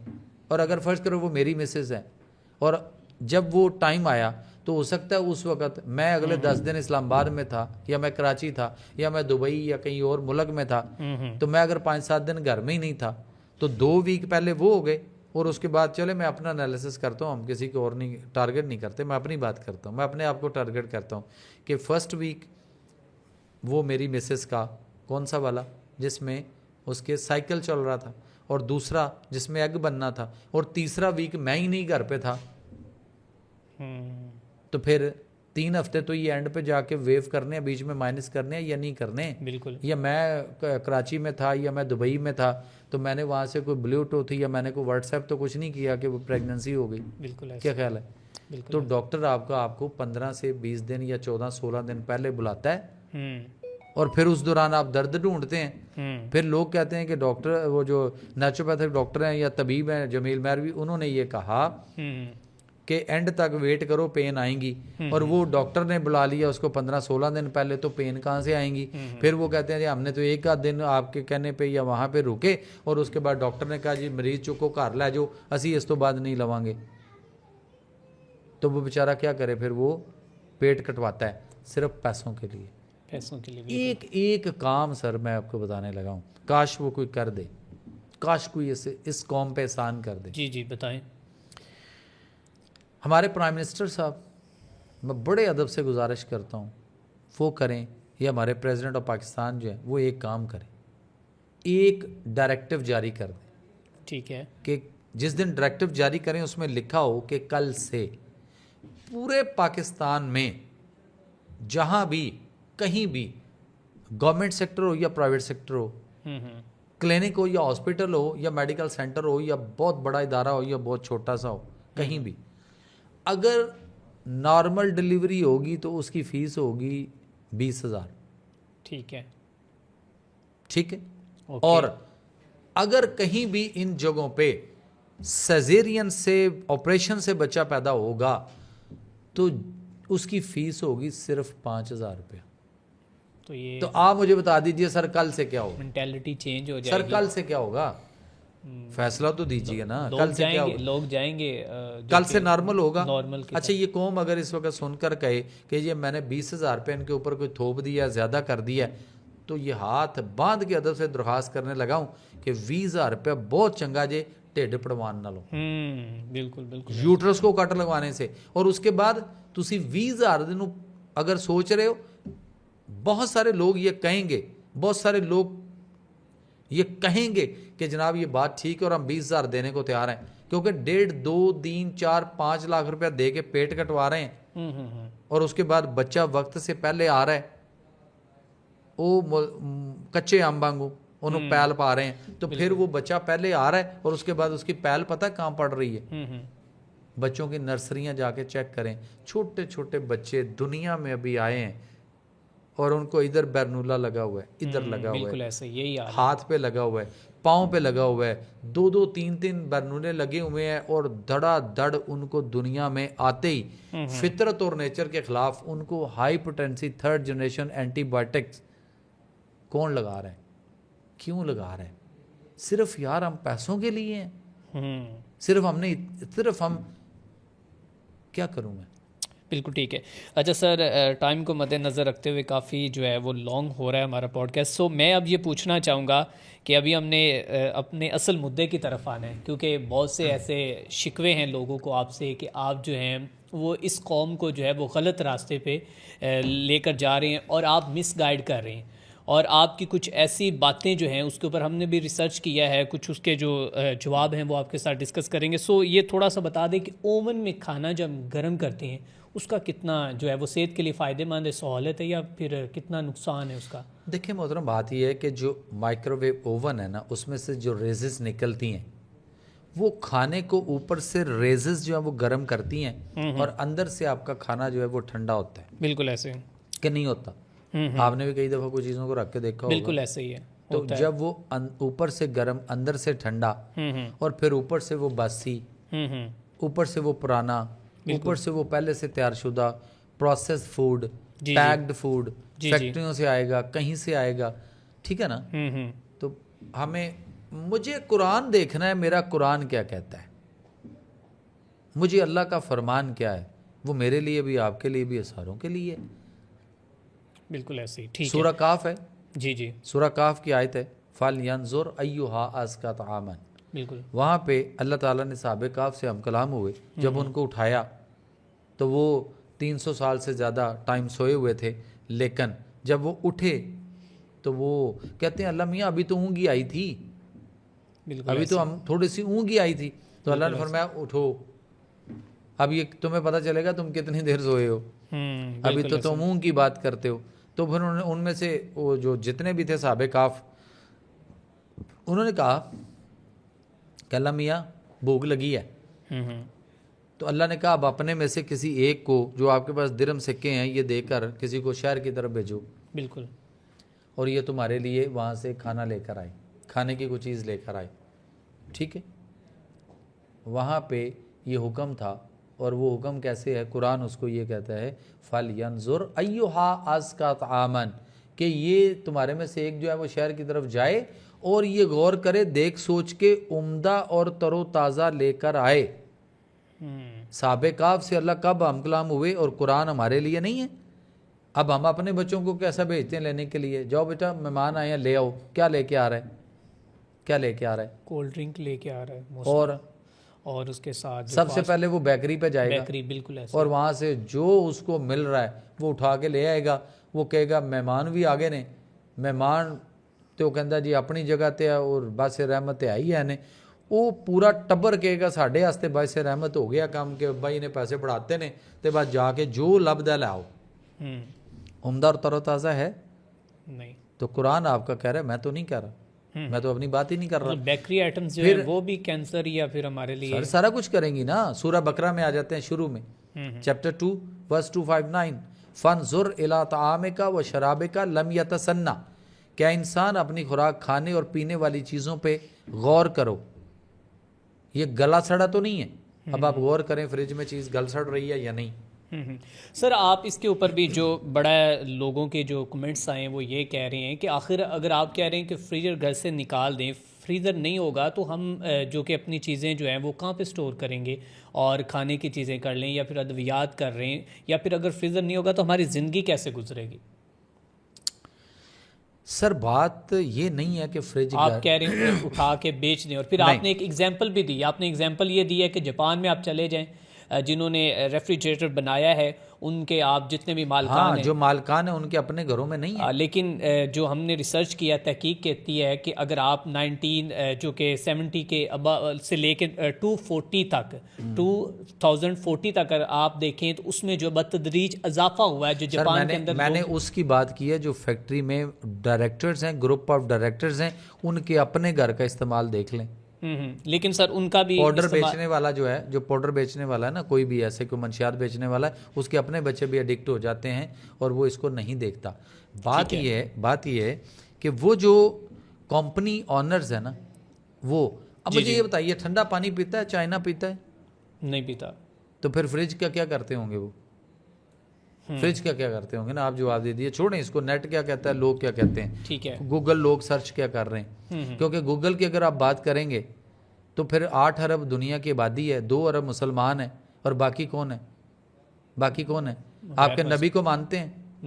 नहीं मानते ना। तो फिर क्या हम नाउज बिल्ला हम तो अपने नबी के साथ खड़े हैं ना, हम तो वो 6 अरब वालों के साथ थोड़ी हो जाना है। बिल्कुल। तो गूगल तो फिर 6 अरब कुछ और ही कहता है, तो फिर ऐसे थोड़ी कि हम उनके पीछे हो जाएं। लेकिन आज की जो दुनिया वो साइंस और तहकीक पे भी खड़ी है। सर तहकीक पे खड़ी है। बताइए चाइना गर्म पानी पीता है या ठंडा? चाइना वो गर्म पानी पीते हैं, बिल्कुल गर्म पीता ना। तो फिर फ्रिज में गर्म करेंगे या क्या करेंगे फ्रिज में? वो मतलब कि नीम गर्म ही होगा, मतलब कि बाहर फ्रिज के अंदर तो ठंडा होगा ना। तो फ्रिज में क्यों लेके जाएगा जब उसने ठंडा पीना ही नहीं, वो तो गर्म पी रहा है। और वो आपके नबी सल्लल्लाहु अलैहि वसल्लम की हदीस जो है ना कि पानी चुस्कियां लेकर पियो, मौजे तांग ने उस हदीस को उठाया था, उसकी नज़र से गुजरी होगी और उसने उस कसम पुरसी की ज़िंदगी के अंदर जब बीमारियां बहुत थीं और लोगों को फाके होते थे, उस दौर में उनको एक मौज़े तांग मिला था, एक लीडर। जैसे हमें कायदे आज़म मिले, हमें इलामा इकबाल मिले, सर सैयद अहमद खां, मौलाना जफ़र और ऐसे बेशुमार हस्तियाँ हमें जो मिली, उनको भी मौज़े तांग मिला और उसने उनको कहा कि गर्म पानी पे चले जाओ, बीमारियां ख़त्म हो जाएंगी। आप लगा लें मेरे से कि जो बंदा गर्म पानी पीना शुरू कर दे, 1 महीना गर्म पानी पिए, ताज़ा और ठंडा छोड़ दे और चुस्की लेकर पिए, 1 महीने के बाद वो कमेंट करे कि मुझे फ़ायदा नहीं हुआ, मतलब कि सब कुछ भूल जाएंगे, ये जितनी भी बीमारियां, तजाबियत, ये हाजमा, सब कुछ ठीक है, हर चीज़ खत्म हो जाएगी। एक दफ़ा गर्म पानी की तरफ तो सिर्फ गर्म पानी की तरफ। ठीक है सर। अच्छा सर, आप ना हमें 5 नाश्ते बता दें जी, अमीर के लिए भी और गरीब के लिए भी, क्योंकि जो सोशल मीडिया सार्फिन हैं वो कहते हैं कि आपने हमें बड़ी उलझन में डाल दिया है और आप हमें मिसगाइड कर रहे हैं। तो आप हमें 5 नाश्ते बता दें, ये अमीर के लिए, ये गरीब के लिए, हम उस हिसाब से अगर हमारे से वो हम कर सके तो करेंगे, अदरवाइज जो हम जैसे चल रही लाइफ चलेगी। ये लोगों के कमेंट्स हैं। ओके, मेरे नबी सल्लल्लाहु अलैहि वसल्लम जो है वो क्या किया करते थे नाश्ते में? खजूर और पानी, शहद, उसके बाद जौ का दलिया, बिल्कुल ऐसे, जौ की रोटी जी, तलबीना, बिल्कुल तलबीना। अब मुझे ये बताइए, ये इसमें गरीब भी आ गया, अमीर भी आ गया, मैं अपनी बात क्यों करूं कि मुझे क्या लेना है, कौम ने क्या लेना है? कौम नबी के अहकामात के ऊपर तो आए, ठीक है, कि हम सिर्फ नाम के आशिक रसूल हैं, कि सिर्फ वैसे ही आशिक रसूल हैं तो होते तक, ठीक है ना? ठीक है। तो आप वो क्यों चीज़ें नहीं लेते? क्या नबी के घराने ने, लोग कहते हैं ना कि बड़ी अजीब सी बात है ये। लोग कहते हैं कि मेरे नबी के घर में चूल्हा नहीं जलता था, कई कई दिन चूल्हा नहीं जलता था। ओ खुदा का खौफ करो, चूल्हा जलने से पेट नहीं भरता, सिर्फ खजूरें खा के भी रोज़ा रखा जाता है। और आज भी आपकी खजूर जो है, जो लोग कोमा में पड़े हैं ना, जो कोमा में, जिनको कोई चीज़ बिल्कुल कोई पता नहीं किधर है और कई दिनों से बेहोश पड़े हैं, कोमा में पड़े हैं, सेमी कोमा में, खजूर ले लें और उसको अच्छी तरह घिस घिस के पानी में अच्छी तरह उसको बिल्कुल घिस के ना, किसी सिल में, किसी चट्टू वट्टे में रगड़ के उसको थोड़ा थोड़ा पानी डाल के, वो पानी के अंदर उसका घिस के उसका महलूल इतना कर दें कि आपको खजूर उसमें से समझ ही ना आए कि वो किधर गई। इस तरह का वो घिसने से शीरा बनेगा। ठीक है। और उसके बाद वो जो कोमा में पड़ा है ना, आप उसको ज़रा वो पानी दे के देखें, वो उठ के बैठ जाएगा। अच्छा जी। और दूसरी बात, ये जो खजूर है ना, ये वाहिद खजूर ऐसा फल है मेरे अल्लाह का और मेरे नबी की सुन्नत ही सुन्नत है, कमाल की है उनकी, कि अगर आप खजूर लें और खजूरें खाएं तो वाहिद खजूर एक ऐसा फल है जो आपकी पूरी बॉडी में आपके नस तक, आपकी हड्डी के अंदर बोन मैरो के गुर्दे तक जितनी स्पीड से ये सरायत करता है ना, इतनी स्पीड से कोई और चीज़ ना हजम होती है, ना जज़ब होती है, ना जुज़्वे बदन बनती है, ना सरायत करती है। ठीक है। अच्छा सर, ये आपने एक तो नाश्ता बता दिया कि ये अमीर भी कर सकता है, गरीब भी कर सकता है। अब जो कि रोटी नहीं मिलती किसी को ये चीज़, इसके अलावा दूसरा ऑप्शन क्या है? तो वो फिर नान पे लगा रहे ना, फिर जब नान खाता है तो फिर जब उससे मैदा खराब और कब्ज़ होती है तो फिर मैं नहीं कह रहा, मानुल्ला एक आर्टिस्ट था, अल्लाह उसको जन्नत नसीब करे, वो स्टेज ड्रामे तो उन्हें एक जुगत मार गया सी, उन्हें कही या फिर लोग नान खा के ना तो फिर पता कहते ने, फिर सवेरे उठ के बाथरूम 'ਚ बैठे होंगे ने, फिर कहते ने या अल्लाह या नान कढ़ ले या जान कढ़ ले। बिल्कुल ठीक है। तो फिर लाहौरी तो नाश्ता ही पाए और नान के साथ करते, और आप तो पाए जो है वो भी कह रहे हैं जी। नहीं पाए नहीं, अच्छा, पाए नहीं, पाए ठीक है सर, पाए के साथ नान नहीं खाना। पाए कमाल की चीज़ है, पाए तो मेरे नबी की सुन्नत है, उन्होंने भी खाए हैं। ठीक है। बात यह है कि पाए अगर खाने हैं तो उसके साथ जौ की रोटी या जौ उसमें दलिया उसमें उससे वो कर लें, जौ की रोटी ले लें, ठीक है, या आप गंदम की रोटी लें, मैदा ले रहे हैं ना उसके साथ, तो जो उसकी हरारत है, इधर तजाबियत लेके आप उसको जमा करा रहे हैं तो खराब कर रहे हैं अपने आप को। और रही कसर, ऊपर से क्या करते हैं, हुण लस्सी ले आओ, बिल्कुल लस्सी, दही दी लस्सी ले आओ भाई छोटे, ओए वो तो पेड़ा भी पा विच ते उत्ते दही दी मलाई भी पा के लिया मोटी वाली। तो पहले आपने पाए लिए, गर्मी तरी प्रोटीन ली, बहुत अच्छी है, आई लाइक इट, बट उसके बाद ऊपर से लस्सी पीना, मुझे बताएं किस लिए पी रहे हैं? वो कहता है जी पाए गर्म नहीं होंगे, यदि तसीर गर्म होंगी तो फिर खान क्यों आए सब, जो अड्डी गर्म होंगी अड्डी गर्मी लग जानी था। तो लस्सी पी ली, जिसम में सर्दी तरी पैदा कर दी। आप देखें एक कुछ ही मिनट में, आधे घंटे के अंदर अंदर आप अपनी बॉडी के क्लाइमेट्स के साथ कैसे खेल रहे हैं, कैसे चेंजिंग कर रहे हैं, फितरत को छेड़ रहे हैं। लस्सी यानी सर्दी तरी पैदा कर दी। उसके बाद सुस्ती पड़ी, नींद सी आना शुरू हुई, तो फिर क्या किया, फिर कहा जी एक कप चाय गरम कड़क काले चावल को बह के पिए। तो फिर गरम कप जो घर में या कहीं भी बना, जब वो पी तो चाय का जो मिजाज है वो गर्मी खुश्की पैदा करता है। ठीक है। तो फिर उसके बाद अगर आपके चेस्ट में मैदे में कोई खिंचाव आ जाए, आपके आपके जो मसल हैं इसके स्टमक के, अगर उनके एसिडिटी का इफेक्ट आपके कार्डियक मसल्स पे हो जाए और आपके चेस्ट के मसल्स में पेन आए, और पेन अगर थोड़ी सी इधर से बाजू की तरफ आए, तो फिर डॉक्टर तो हार्ट अटैक नहीं कहेगा तो और की कहेगा। बिल्कुल ठीक। मतलब भाई एक काम पे रहो ना, हार्ट अटैक के बढ़ने की, या रिसेंटली हमने देखा कि जो एक तो हार्ट अटैक, एक हार्ट अरेस्ट हो रहा है, कार्डिक अरेस्ट जो है, उसके जो इश्यूज हैं वो बड़े हमें सामने आ रहे हैं। सर वो तजाबियत और मसाइल मैदे के गैसेस के इस तरह से हो रहे हैं कि आप यकीन करें कि लोगों के गैसेस खुराक की नाले में यूं आती हैं गले की तरफ, और वो यहाँ से ऐसे फील करते हैं कि ऐसे गोला जा बन गया और बस मेरी जान लहदन लगा, पता नहीं की हो रहा है मेरे। बिल्कुल। और ये सारे एच पेलोरी के पेशेंट हैं। अच्छा, तो इससे बचने के तरीका कार्डिक अरेस्ट से? सर गर्म पानी आपको दुनिया की हर बीमारी से बचाएगा। मतलब कि आप कहते हैं कि अगर आप गर्म पानी पे फर्स्ट ऑफ ऑल तो आप गर्म पानी पे आएँ और उसके बाद जो है आप नेक्स्ट जो है जितनी चीज़ें सर मौजे तांग चाइना का लीडर नबी के सुन्नत को अपनी कौम को ले गया, ठीक है, और बीमारियों से जान छूटी, उनकी दवाइयों से जान छूटी, वो तंदुरुस्ती की तरफ आए, और उसके बाद वही और पैसा वो- उन्होंने देखे कहाँ बिल्कुल लगाया। वही चाइनीज़ जो है वो तो डबल रोटी भी इस्तेमाल करते हैं, आप डबल रोटी कह रहे हैं कि आप वो कैंसर पैदा करवा रहे हैं। देखें बात यह है कि हमें अपने आप को देखना है। नहीं आप फिर अगर एग्जाम्पल नहीं भी देखे तो ना देते एग्जाम्पल, नहीं, अगर देखे ना फिर या अगर तो चाइना सर कि आप सुने एग्जाम्पल ना सुने दे। अगर आप ये बात करेंगे कि मैं चावल की बात करता हूँ तो चावल मलेशिया बहुत खाता है, बिल्कुल। चावल बांग्लादेश बहुत खाता है, जी। तो पहली बात तो ये है कि वो बॉयल करके खाता है उबले हुए चावल, और फिर वो जो उसके ऊपर इतना बड़ा मच्छी का पीस रख के वो खाता है मछली के साथ।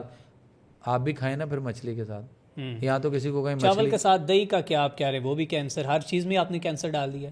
नहीं सर कैंसर नहीं डाल दिया, बात यह है कि प्रॉब्लम शुरू होगी आपकी मैदे से, जिगर से, और वहाँ से खराबी शुरू होगी, फिर वो बढ़ते बिगड़ते हुए आपको कैंसर तक ले जा सकती है, ले जाती है। ठीक है, चावलों पर दही डालकर खाना जो है वो आपके उसके मिजाज को, अब जो मिजाज को ही नहीं समझता उसको क्या हम बताएं, वो क्या वो कमेंट ही करेगा जी हाँ, बिल्कुल साढ़े ਵੱਡੇ अन्नी देर तो खा रहे सन। बिल्कुल ਤੇ ਪਹਿਲੇ ਆਪਣੇ ਵੱਡਿਆਂ ਨੂੰ ਦੇਖ ਲਓ ਫਿਰ ਛਟੀਕਾ ਪੈਨ ਕਿਉਂ ਸੀ, ਲੰਗੜਾ ਕੇ ਕਿਉਂ ਟੁਰਦੇ ਸਨ, ਡੰਡਾ ਹੱਥ 'ਚ ਫੜ ਕੇ ਬਾਬਾ ਤੁਹਾਡਾ ਕਿਉਂ ਤੁਰਦਾ ਸੀ ਫਿਰ, वो नहीं देखेंगे। और ये नहीं लिखेंगे कि मेरे अब्बे के साथ ये हुआ, मेरे दादे के साथ ये हुआ, मेरी नानी के साथ ये हुआ। हाँ डॉक्टर आपको कह दे कि ये विरासती मरूसी बीमारी है, जेनेटिक है, आपकी खानदान से आ रही है, वो हम मान लेंगे, जबकि कुरान उसका फैसला दे चुका। कुरान पता क्या फैसला दे चुका, सूरह वतीन, कोई विरासती मरूसी जेनेटिक बीमारी नहीं है। अच्छा, वतीन व जैतून व तूर सीनीन वहाज़ल बलदिल अमीन, बिल्कुल, और इंजीर की कसम और जैतून की कसम और तूर सीना की कसम और बालादिल अमीन अमन वाले शहर बलद मक्का की कसम, मक्का की कसम, बिल्कुल। आगे अल्लाह फरमाते हैं, अल्लाह ने कसमा क्यों चुकी हैं, आगे अल्लाह फरमाते हैं लक़द खलक़नल इंसान फ़ी आसान तक़वीम, कि हमने इंसान को आसनो तकवीम के साथ बेहतरीन तख्लीक किया। ये शाकार है उसका। अल्लाह कोई चीज़ नुक्स बना, उसमें कोई नुक्स हो सकता है जो अल्लाह चीज़ बनाए। और यहाँ तो हम कह देते हैं ये बाई बर्थ है, डॉक्टर साहब ये बाई बर्थ ऐसे, ये पैदाइशी ऐसे नहीं है। अच्छा डॉक्टर साहब, यहाँ पे आपका ये ख्याल है कि जो कहा जाता है कि मतलब कज़न मैरिज जो है वो होना दुरुस्त है या गलत है? मामू के बेटे ने फुप्पो की बेटी के साथ शादी कर ली, या फिर खाला के बेटे ने मामू की बेटी के साथ शादी कर ली, सर और उसके बाद फिर जो है कज़न मैरिज में उसके जो हमें साइड इफ़ेक्ट कहा जाता है कि जो औलाद है हमारी वो, सर खुराक जो हम खा रहे हैं मसाइल वहाँ से आ रहे हैं, हम कज़न मैरिज का कोई मसला कज़न मैरिज पे डाल रहे हैं। आप ये बताइए, ये कौम बताएगी अब कमेंट्स में, मैं इससे आगे बात नहीं करूँगा, ठीक है सिर्फ इतना जी। अम्मा सैयदा फ़ातिमा ज़हरा सलामुल्लाह अलैह का हज़रत अली से क्या रिश्ता था और उनकी शादी हुई या नहीं? हाँ बिल्कुल ऐसे ही, बेशक कोई कमेंट नहीं, कौम बताई। बड़ा क्लोज रिश्ता था। मतलब कि आप इन दावों को मुस्तरद करते हैं, ये कज़न मैरिज और ये सब प्रोपेगेंडा है सिर्फ सर ये। इससे बढ़कर और मैं एग्जाम्पल क्या दूं? अच्छा डॉक्टर साहब, फिर उनको थोड़ा सा ये भी एहतियाती तदाबीर बता दें कि उनके बच्चों का लूला लंगड़ा पैदा होना उनकी वजह क्या है? आखिर मियाँ बीवी का हम बिस्तरी को कोई तरीक़ेकार जो सुन्नत के मुताबिक थोड़ा सा बता दें, या उसकी वजह क्या बनती है? कहीं से वो जो है वो पाँव से नहीं चल पा रहा, या फिर वो जिंदा लाश जो है वो चार। अच्छा एक एग्जाम्पल से बात करूंगा जी। आप देखें कि एक भट्टा है जी, उस पर ईंटें बनती हैं, ईंटें कच्ची ईंटें कोई सच्चे के अंदर बना रहा है मट्टी की, और उसके बाद उसमें से निकालता है और वो जोड़ता है और धूप में उसको ड्राई किया जाता है। फिर उसके भट्टे के अंदर पकाने से पहले जहाँ वो लगानी होती हैं उससे पहले उसके किनारे, ईंट के किनारे इस तरह बिल्कुल चारों साइडों पे देखे जाते हैं, जो ख़राब हों वो वहीं पे फारग कर दी जाती है, और जो ठीक हों, जिनके किनारे ठीक हों, वो ईंटें भट्टे के अंदर रखी जाती हैं, तरतीब से जोड़ी जाती हैं। बिल्कुल ऐसे ही। फिर एक बंदा इंसान मेरे और आपकी तरह का उसके ऊपर खड़ा होके वो उठाता है और उसमें से कोयला डालता है और उसका टेम्परेचर मेंटेन करता है। बिल्कुल ठीक है। और एक कोई अनाड़ी जो है वो जाके कहे कि भाई मैनू नौकरी रख लो और मैं इधर ये ईंटें पकाने का मैं बड़ा माहिर हाँ, मैं फलां शहर में बड़े भट्टियां दे काम किया, उसको आपने रख लिया आपने मुझे रख लिया, ऐसे कर लें, आपका भट्ठा है, आप चौधरी हैं, मैं ਤੁਹਾਡੇ को मुलाजम हूँ, आपने मुझे रख लिया। अब मैं वो कोयला मैं डाल रहा हूँ, टेम्परेचर उसका आग को अंदर जलाने का मेंटेन कौन कर रहा है? मैं कर रहा हूँ। जब उसका टाइम पीरियड पूरा हो गया, उसके बाद आप कहते हैं लो जी इटा तैयार ने, मैं कहता हाँ जी बिल्कुल तैयार ने। एक साइड से उसको खोलना शुरू किया और निकालना शुरू की। अब ईंटें टेढ़ी हैं, ईंटें टेढ़ी मेढ़ी हुई पड़ी हैं, खंगर हो गई हुई हैं, ख़राब हुई पड़ी हैं। आप मुझे कहें ओ भाई ए की किता, तो मेरे को एको ही जवाब है ਤੁਹਾਡੇ ਕੋਲੋਂ जान छुड़ाने ਦਾ। वो पता की है कि भाजी मैं तो कुछ नहीं किया, ये अल्लाह अल्लों ही इंज हो गई हैं। तो वो भाजी तुसीं मैनूं लम्मे पा के कुट छड्डना, तुसीं कहना ये अल्लाह ने नहीं किया, ये टैंपरेचर तू मेनटेन कर रहा है। ये मैंने एक एग्जांपल दी है, ये बात समझाने के लिए कि जब बच्चा मादरे वतन में, रहम में, यूट्रस में आता है, सबसे पहले तो आज की माँ के साथ हम कर क्या रहे हैं, घर का माहौल कैसा है, वो ज़मीन जिसके अंदर हमने हल चलाया और बीज लगाया है खेत में किसी में, उसके अंदर किसान रोज़ गोडी चौकी कर रहा है कि नहीं कर रहा? कर रहा है। उसको पानी लगा रहा है या नहीं लगा रहा? उस फसल को जाके देख रहा है या नहीं देख रहा? उसको परिंदों से सेव कर रहा है या नहीं कर रहा? उसकी पूरी रात दिन आंधी तूफान बारिश कुछ हो, गर्मी हो सर्दी हो, कर रहा है, मतलब उसकी पूरी प्रोटेक्शन कर रहा है ना। तो वो बाप, वो खामद अपनी उस बीवी जिसको कुरान में अल्लाह ने उसको तुम्हारी खेतियाँ कहा है, खेती का, आप उसकी हिफाजत क्या कर रहे हैं? आपने तो उसको घर में इतना टेंशन वाला माहौल दे दिया हुआ है कि पहला भी बच्चा, दूजा भी मुंडा, तीजा भी मुंडा, सारे ही मुंडे। तो जो 6 तो बाद 7वीं वारी जी कुड़ी आएगी, तो जो कुड़ी पहलों आ गई तो मुंडा बाद चाहे तो की बनेगा? हमने उस औरत का, उस खेती का, उस माँ का, हमने उसको खुराक क्या दे रहे हैं, किस तरह की दे रहे हैं? क्या हमने उसके लिए फल लेकर आए? अब तो सास भी कहती है और रुखी सुखी खा के तो असीं भी जम ले सी, तुसीं भी इंज ही करो, तुहाडे लिए हुण असीं किहड़ियां चोपड़ियां लैके आईए। बिल्कुल ठीक। फिर उसकी खुराक डाइट बैलेंस नहीं है। उसके 3 लाइफ ऑर्गन्स हैं, दिल, जिगर, दिमाग, 3 लाइफ ऑर्गन्स हैं। तीनों की खुराक अगर इक्वल नहीं है तो इन 3 लाइफ ऑर्गन्स की क्या बैलेंस रहेगा? इम्बैलेंसमेंट हो जाएगी। बिल्कुल ऐसे। तो जब ये बिगाड़ होगा तो जो बच्चा उसके माँ के पास है वो क्या करेगा? वो उसने खुराक कहाँ से लेनी है? जो आप दे रहे हो वही लेनी है, आप जो कर रहे हो वही होना है ना। आपके घर का माहौल कैसा है, आपका एटमॉस्फेयर कैसा है, उसका रहन सहन कैसा है, घर में टेंशन और मसाइल कैसे हैं, फिर वो भी असरअंदाज नहीं होंगे। बिल्कुल। उसके बाद उसकी खुराक कैसी है, आप उसको क्या खिला रहे हैं? बच्चा आ जाए जब आपके पास आ जाए, आपकी गोद में आ जाए, तब तो दादी नानी डॉक्टर उन्होंने लिख देना 5000 रुपए का डब्बा लियाना है कैमिकल वाला ते पाउडर वाला, वो लिया के असीं वो फीडर च पा के बच्चे को पिलाई जाना है। ठीक है। अच्छा, तो मतलब वो माँ को उस वक्त हम क्यों नहीं कुछ दे रहे जब वो उसके मादरे रहम के अंदर वो मौजूद है?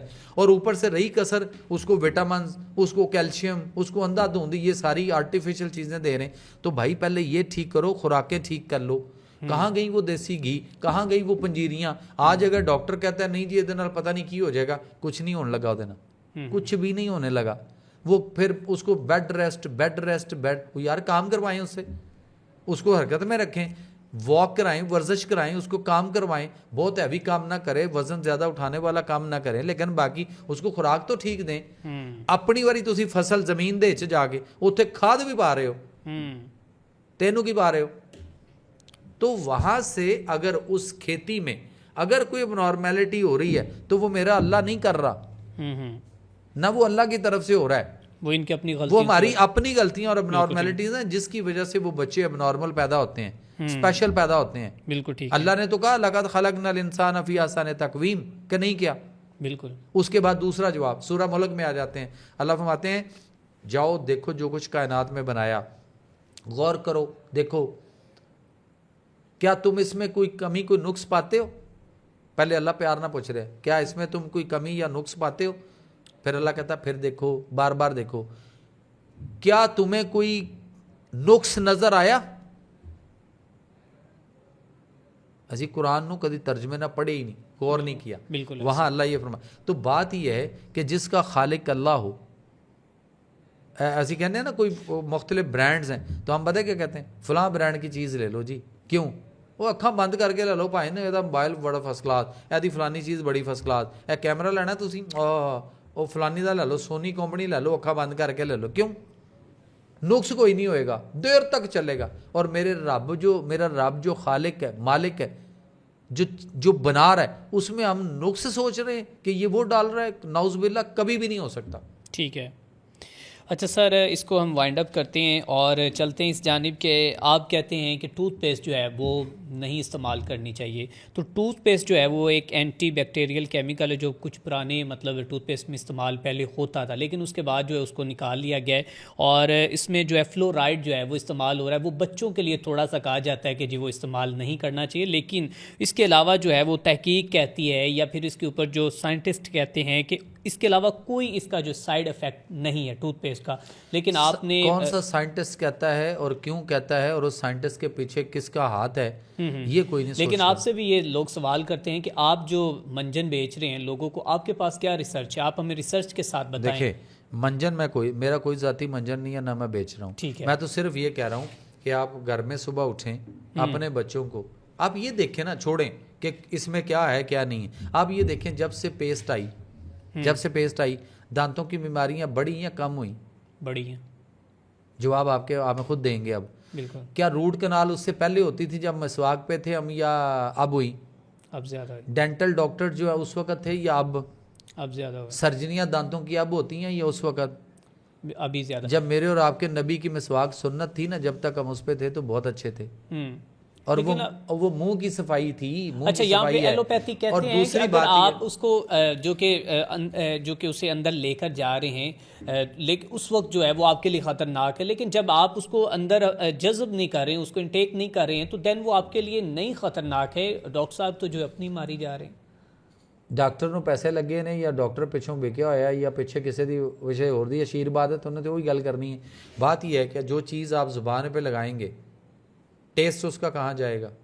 हलक में अंदर जाएगा या नहीं जाएगा? अगर वो जा रहा है, मैं तो सीधी कह रहा हूँ कि कोई मंजन मेरा नहीं है, सीधी सी बात है। जो कर लेगा, दो लोग हैं सारे इस दुनिया में, एक बिलीवर है, एक नॉन बिलीवर है। नॉन बिलीवर, बिल्कुल बस जो बिलीवर है उसको मुझे वो चाहिए, जो नॉन बिलीवर है वो कभी ना कभी बिलीवर हो जाएगा। बिल्कुल नहीं होएगा तो कोई गल नहीं, अपना नुकसान करेगा। बात ये है सर, 2 चुटकी हल्दी ले लें, 2 चुटकी नमक ले लें, ठीक है, ठीक हो गया।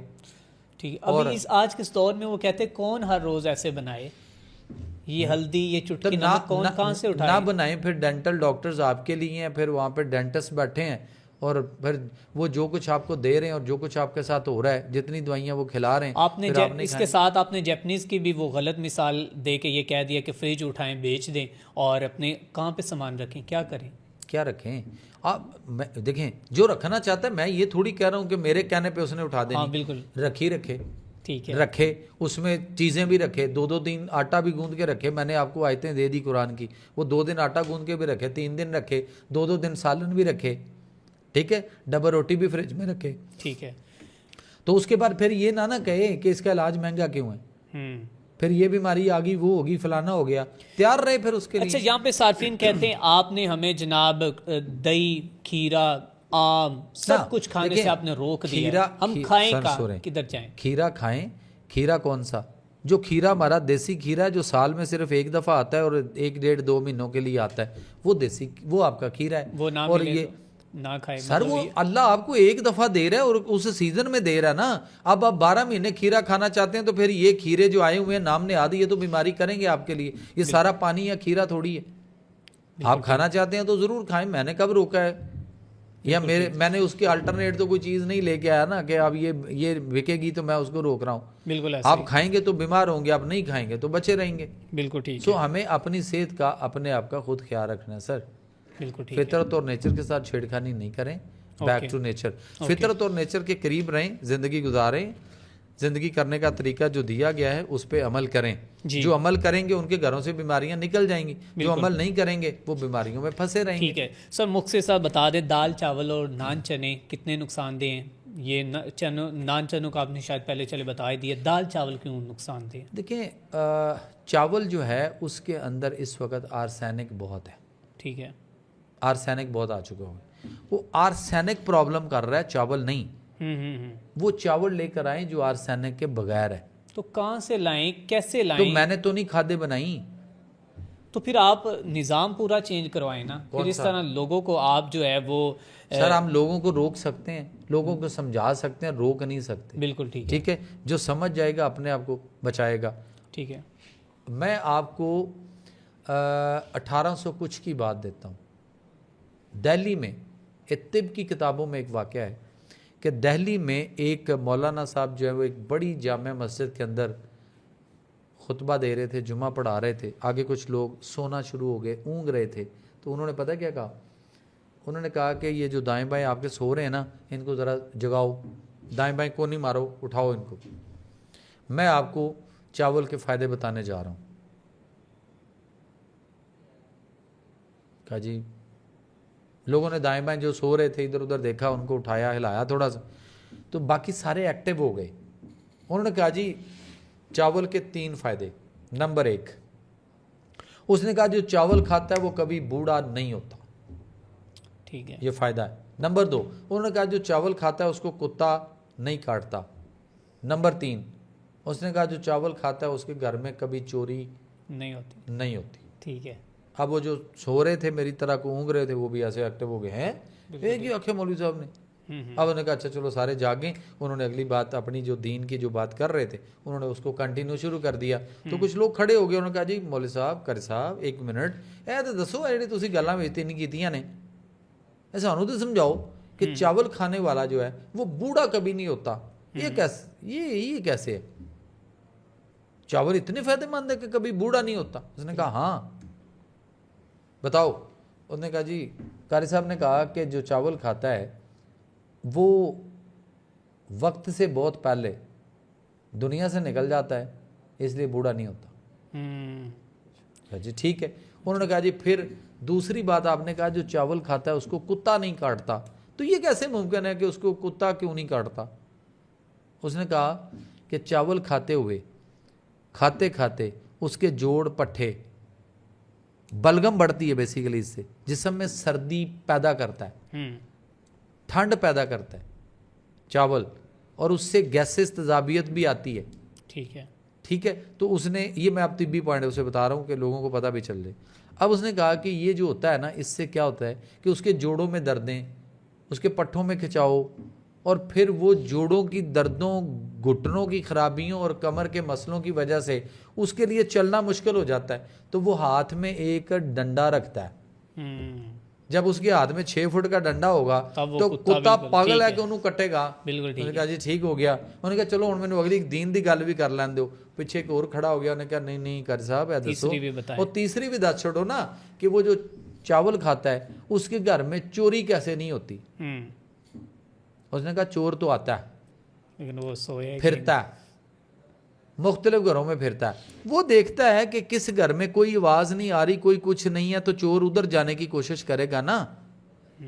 और वो जो चावल खाता है वो तो खांसता है रात भर, क्योंकि चावल खाने से बलगम रेशा पैदा होता है और बलगमी रतूबात पैदा होती हैं, फिर खांसी, नज़ला, ज़ुकाम, चेस्ट इन्फेक्शन, इस तरह के मसले, फिर वो दमे तक भी जाते हैं। फिर वो खांसता है, वो पूरी रात खांसता रहता है। चोर बाहर फिर भी रहो गली में तो कहता है इधर बंदा कोई खंघदा है, मतलब है जागदा है, इधर नहीं जाना। उन्हें कहा दी वजह तो पुत्र चोरी नहीं होती। ठीक है सर, ये हैं चावल के फ़ायदे, ज़रूर खाएं। ये 3 फ़ायदे हैं, इनको एंजॉय करना चाहिए। ठीक है। अच्छा सर, आप पानी के बारे में बता रहे हैं कि पानी जो है वो इस तरीके से पीना चाहिए और गर्म पानी पीना चाहिए। ठीक है। एक ये भी कहा जाता, तासुर पाया जाता है कि पानी जो है वो खड़े होकर नहीं पीना चाहिए। खड़े होकर पानी पीने के नुकसानात हैं? देखिए, आप सल्लम की सुन्नत को हमने देखना है कि पानी बैठकर और 3 सांस में या इससे ज़्यादा सांस में पिएं। खड़े होकर पीने का नुकसान क्या है? सर, खड़े होकर पानी पीना जो है ना वो आपके बेशुमार मसाइल पैदा करता है। आपके घुटने, आपके जोड़ों के दर्दें, आपके पट्टे, आपको बहुत कुछ, इवन दो आपके अपेंडिक्स तक की इन्फेक्शन जो मसाइल बनते हैं वो तक आते हैं। दूसरी बात यह है कि खाने तक का जो हुक्म है ना वो भी ये है कि बैठकर ज़मीन पे बैठकर चलिए। अगर हम इस तरह टेबल पे बैठ के भी खाना शुरू हो गए तो जो हदीस पूरी है ना वो ये है कि जूते उतार कर और बैठ कर खाना खाएं। अच्छा, जो डाइनिंग टेबल पे फैमिली खाना खा रही होती है ऐसे नहीं खाना चाहिए, चेयर्स के ऊपर? सुन्नत तो ये नहीं कहती, सुन्नत को देखना है। तो आप अगर किसी रेस्टोरेंट में जाते हैं तो आप आप जूता खा उतार लेना, जूता उतार सकते हैं। मैंने पहले कहा कि अगर आपको डाइनिंग टेबल मुयस्सर है, आप डाइनिंग टेबल पे बैठ के खा रहे हैं तो कम से कम जूते तो उतार लें। जूते तो उतार सकते हैं कि उसमें कोई मुश्किल है? जूता उतारने में क्या लॉजिक है? मैंने जब से ये पढ़ा है ना, अब यकीन करें कि मैं जूते उतार के खाता हूँ। और उसके बाद मैंने अपने में देखा है कि मेरे दोस्त, मेरे जानने वाले मुझे ये कहते हैं कि यार तू ना दिन ब दिन हम ढलते जा रहे हैं और तू दिन ब दिन पीछे को जा रहा है, यानी आपकी सेहत बेहतर हो रही है। करके देखें, आप ज़रा खुद करके देखें। 15 दिन आपके पास उसके बाद जवाब नहीं, आपके पास खुद 15-20 दिन आप करें ना, 1 महीना, जब भी खाना खाएं बैठकर जूते उतार कर और इस तरह से करें, आपके पास आपको अपनी बॉडी के अंदर एक बेहतरीन किस्म का चेंज नज़र आएगा, फ़ायदे ही फ़ायदे नज़र आएंगे। और आपके अपने पास भी सर एक्सप्लेन करने के लिए अल्फाज नहीं होंगे कि मुझे इससे फ़ायदा क्या हो। जूते पहन के खाते हैं, नुकसान क्या है? नुकसान क्या? पहली बात तो कि हम अपनी धरती के साथ जुड़ ही नहीं रहे। ये पता है हमें धरती के साथ जुड़ना है कि नहीं जुड़ना? यहाँ पे हमारे बिल्कुल मोटर न्यूरॉन सेल्स हैं, बिल्कुल ऐसे। उसमें से करंट निकलता है और आपकी पूरी रीढ़ की हड्डी के अंदर स्पाइनल कार्ड और उसके बाद बाजुओं में, टांगों में, आपके पाँव तक जाता है और पाँव से निकल कर ज़मीन की कशिश शकल के साथ अर्थ करता है। नहीं तो आप देख लें, कभी आपने किसी के साथ ऐसे हाथ मिलाया यूं तो करंट पड़ा, ऑफिस में हम कहते हैं ना वही करंट है यार, इस तरह। तो ये वही करंट की मैं बात कर रहा हूं। पहले नहीं था, अभी इसमें ना हमें इजाफा इसमें होता नजर आ रहा, पहले इस तरह का। अब पोजीशन क्या है कि हम वो जो करंट है या उसकी जो रिफ्लेक्शन है, हम ज़मीन पे, आप अपना बताइए कि आप ज़मीन पे नंगे पाँव कब चले थे? अरसा ही हो गया, भूल गए, छोटे होते ही कहीं चलते थे। आप किसी ये मैकेनिक होते हैं ना जो मुख्तलिफ ये फ्रिज एयर कंडीशन वगैरह ठीक करते हैं या कोई टेप डेक टीवी ठीक करते हैं, इलेक्ट्रॉनिक्स की जो चीज़ें ठीक करते हैं, उनके पास जाएं तो एक मीटर होता है जिस पे वो उसकी वोल्टेज चेक करते हैं किसी भी पुर्जे को। तो 2 तारें होती हैं, एक रेड और एक ब्लैक। उन 2 को इस तरह वो पुर्जे को लगा के चेक करते हैं ना कि ये वो एक नीडल से ऊपर जाती है मीटर में कि वो वोल्टेज बताती है। बिल्कुल सर आप उसकी रेड वाली जो तार है उसको हाथ में पकड़िएगा तो वो आपको बताएगा, वो नीडल ऊपर जाएगी सुई उसकी ऐसे करके मीटर की, वो बताएगा 0.4 आपके वोल्टेज हैं। हमें 0 वोल्ट करना है अपने आप को। और ये मैंने कौम को, लोगों को, कि मैं बहुत सारी मुख्तलिफ वर्ल्ड कॉन्फ्रेंसेस में बहुत सारी जगहों पे मैंने कहा जी कि अपने आप को 0 वोल्ट करें, वोल्टेज थेरेपी करें। अब 0 वोल्ट कैसे होगा? वाहिद इंसान है जो जूते पहनकर और बेहतरीन ब्रांडेड और ब्रांड के और महंगे तरीन पहन के फिर रहा है, और इसी कायनात में, इसी ज़मीन पर अल्लाह की बहुत सारी मखलूक है जो जूते उतार के नंगे पाँव, मतलब नंगे पाँव कुछ है ही नहीं, उनके मतलब पास जूते हैं ही नहीं। आप जानवर कुछ भी देखें, मैं ये नहीं कहूँगा कि हाँ फिर ये ना कहें कि ये लोग ये ना कहें कि जो जूते उतारने लग पड़े हैं। जूते पहन के रखें, लेकिन कम से कम कोई टाइम इतना तो दें अपने आप को कि 40 मिनट सिर्फ एक दिन में या तो नंगे पाँव ज़मीन के ऊपर कच्ची मिट्टी पे या घास वाली ग्राउंड के ऊपर जो है ना वो पैदल चलें। और अगर नहीं चल सकते तो ज़मीन पर जैसे मैं और आप बैठे हैं किसी कुर्सी बेंच पे बैठ जाएं, नीचे ग्रासी प्लाट हो या कच्ची मिट्टी हो, तो 40 मिनट आप उसके साथ अपने पाँव नंगे करके धरती के ऊपर ज़मीन पे मिट्टी पे अपने आप को कनेक्ट करें उसके साथ। तो आपकी जो वोल्टेज थेरेपी वो जो हम कर रहे हैं ना, जो 0.4 आ रहा था वो 0 वोल्ट पे आ जाएगा और आपको उसके कितने फ़ायदे हासिल होंगे आपको शायद अंदाज़ा ही। सर एंड पे ये बता दें कि अनहेल्दी फूड के नंबरिंग से थोड़ा सा एक नंबर करके, और हेल्दी फूड देखें, नंबरिंग इसकी तो नहीं, आप नंबरिंग खुद कर लीजिएगा। बात ये है कि देखें पिज़्ज़ा है, बर्गर है, शवारमा है, उसके बाद आपका जो है ये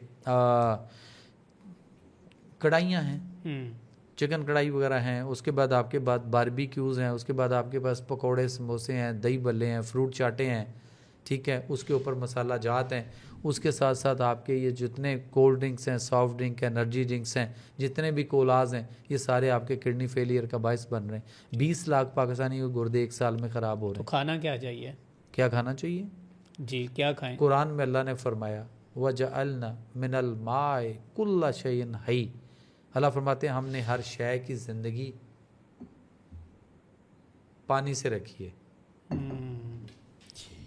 इससे बहुत बात शुक्रिया हो। सर, आपने आज अपना कीमती वक्त दिया और अपना प्रीशियस टाइम आपका देने का बहुत शुक्रिया, बंडल ऑफ थैंक्स। और बहुत से ऐसे जो सवालात थे या फिर बहुत सी ऐसी कन्फ्यूजन थी जिसको आपने दूर किया। सो इंशाल्लाह इसको हम गाय बगाए जो है वो आगे लेकर चलते रहेंगे और मिलते रहेंगे दोबारा। सो नाज़रीन इकराम, आज का पॉडकास्ट जो है यकीनन जो है वो आपके लिए बहुत ज़्यादा फ़ायदेमंद साबित हुआ होगा और इसके ऊपर हमने डिफरेंट टॉपिक के ऊपर जो है मज़ीद इंतहाई डिटेल के साथ बात की है। और अभी कुछ ऐसे क्वेश्चन बाकी हैं जो कि आवाम के जहन में, लेकिन कुछ ऐसे सवालात के जवाब जो आप जानना चाहते थे, जिनसे आपको इख्तिलाफात थे, उनके जवाब डॉक्टर साहब ने जो कि कुरान और सुन्नत के मुताबिक जो और तिब के मुताबिक जो है वो दिए हैं। इसी के साथ अपने मेज़बान मियां अरसलान को दीजिए इजाज़त। देखते रहें अनफोल्ड पॉडकास्ट।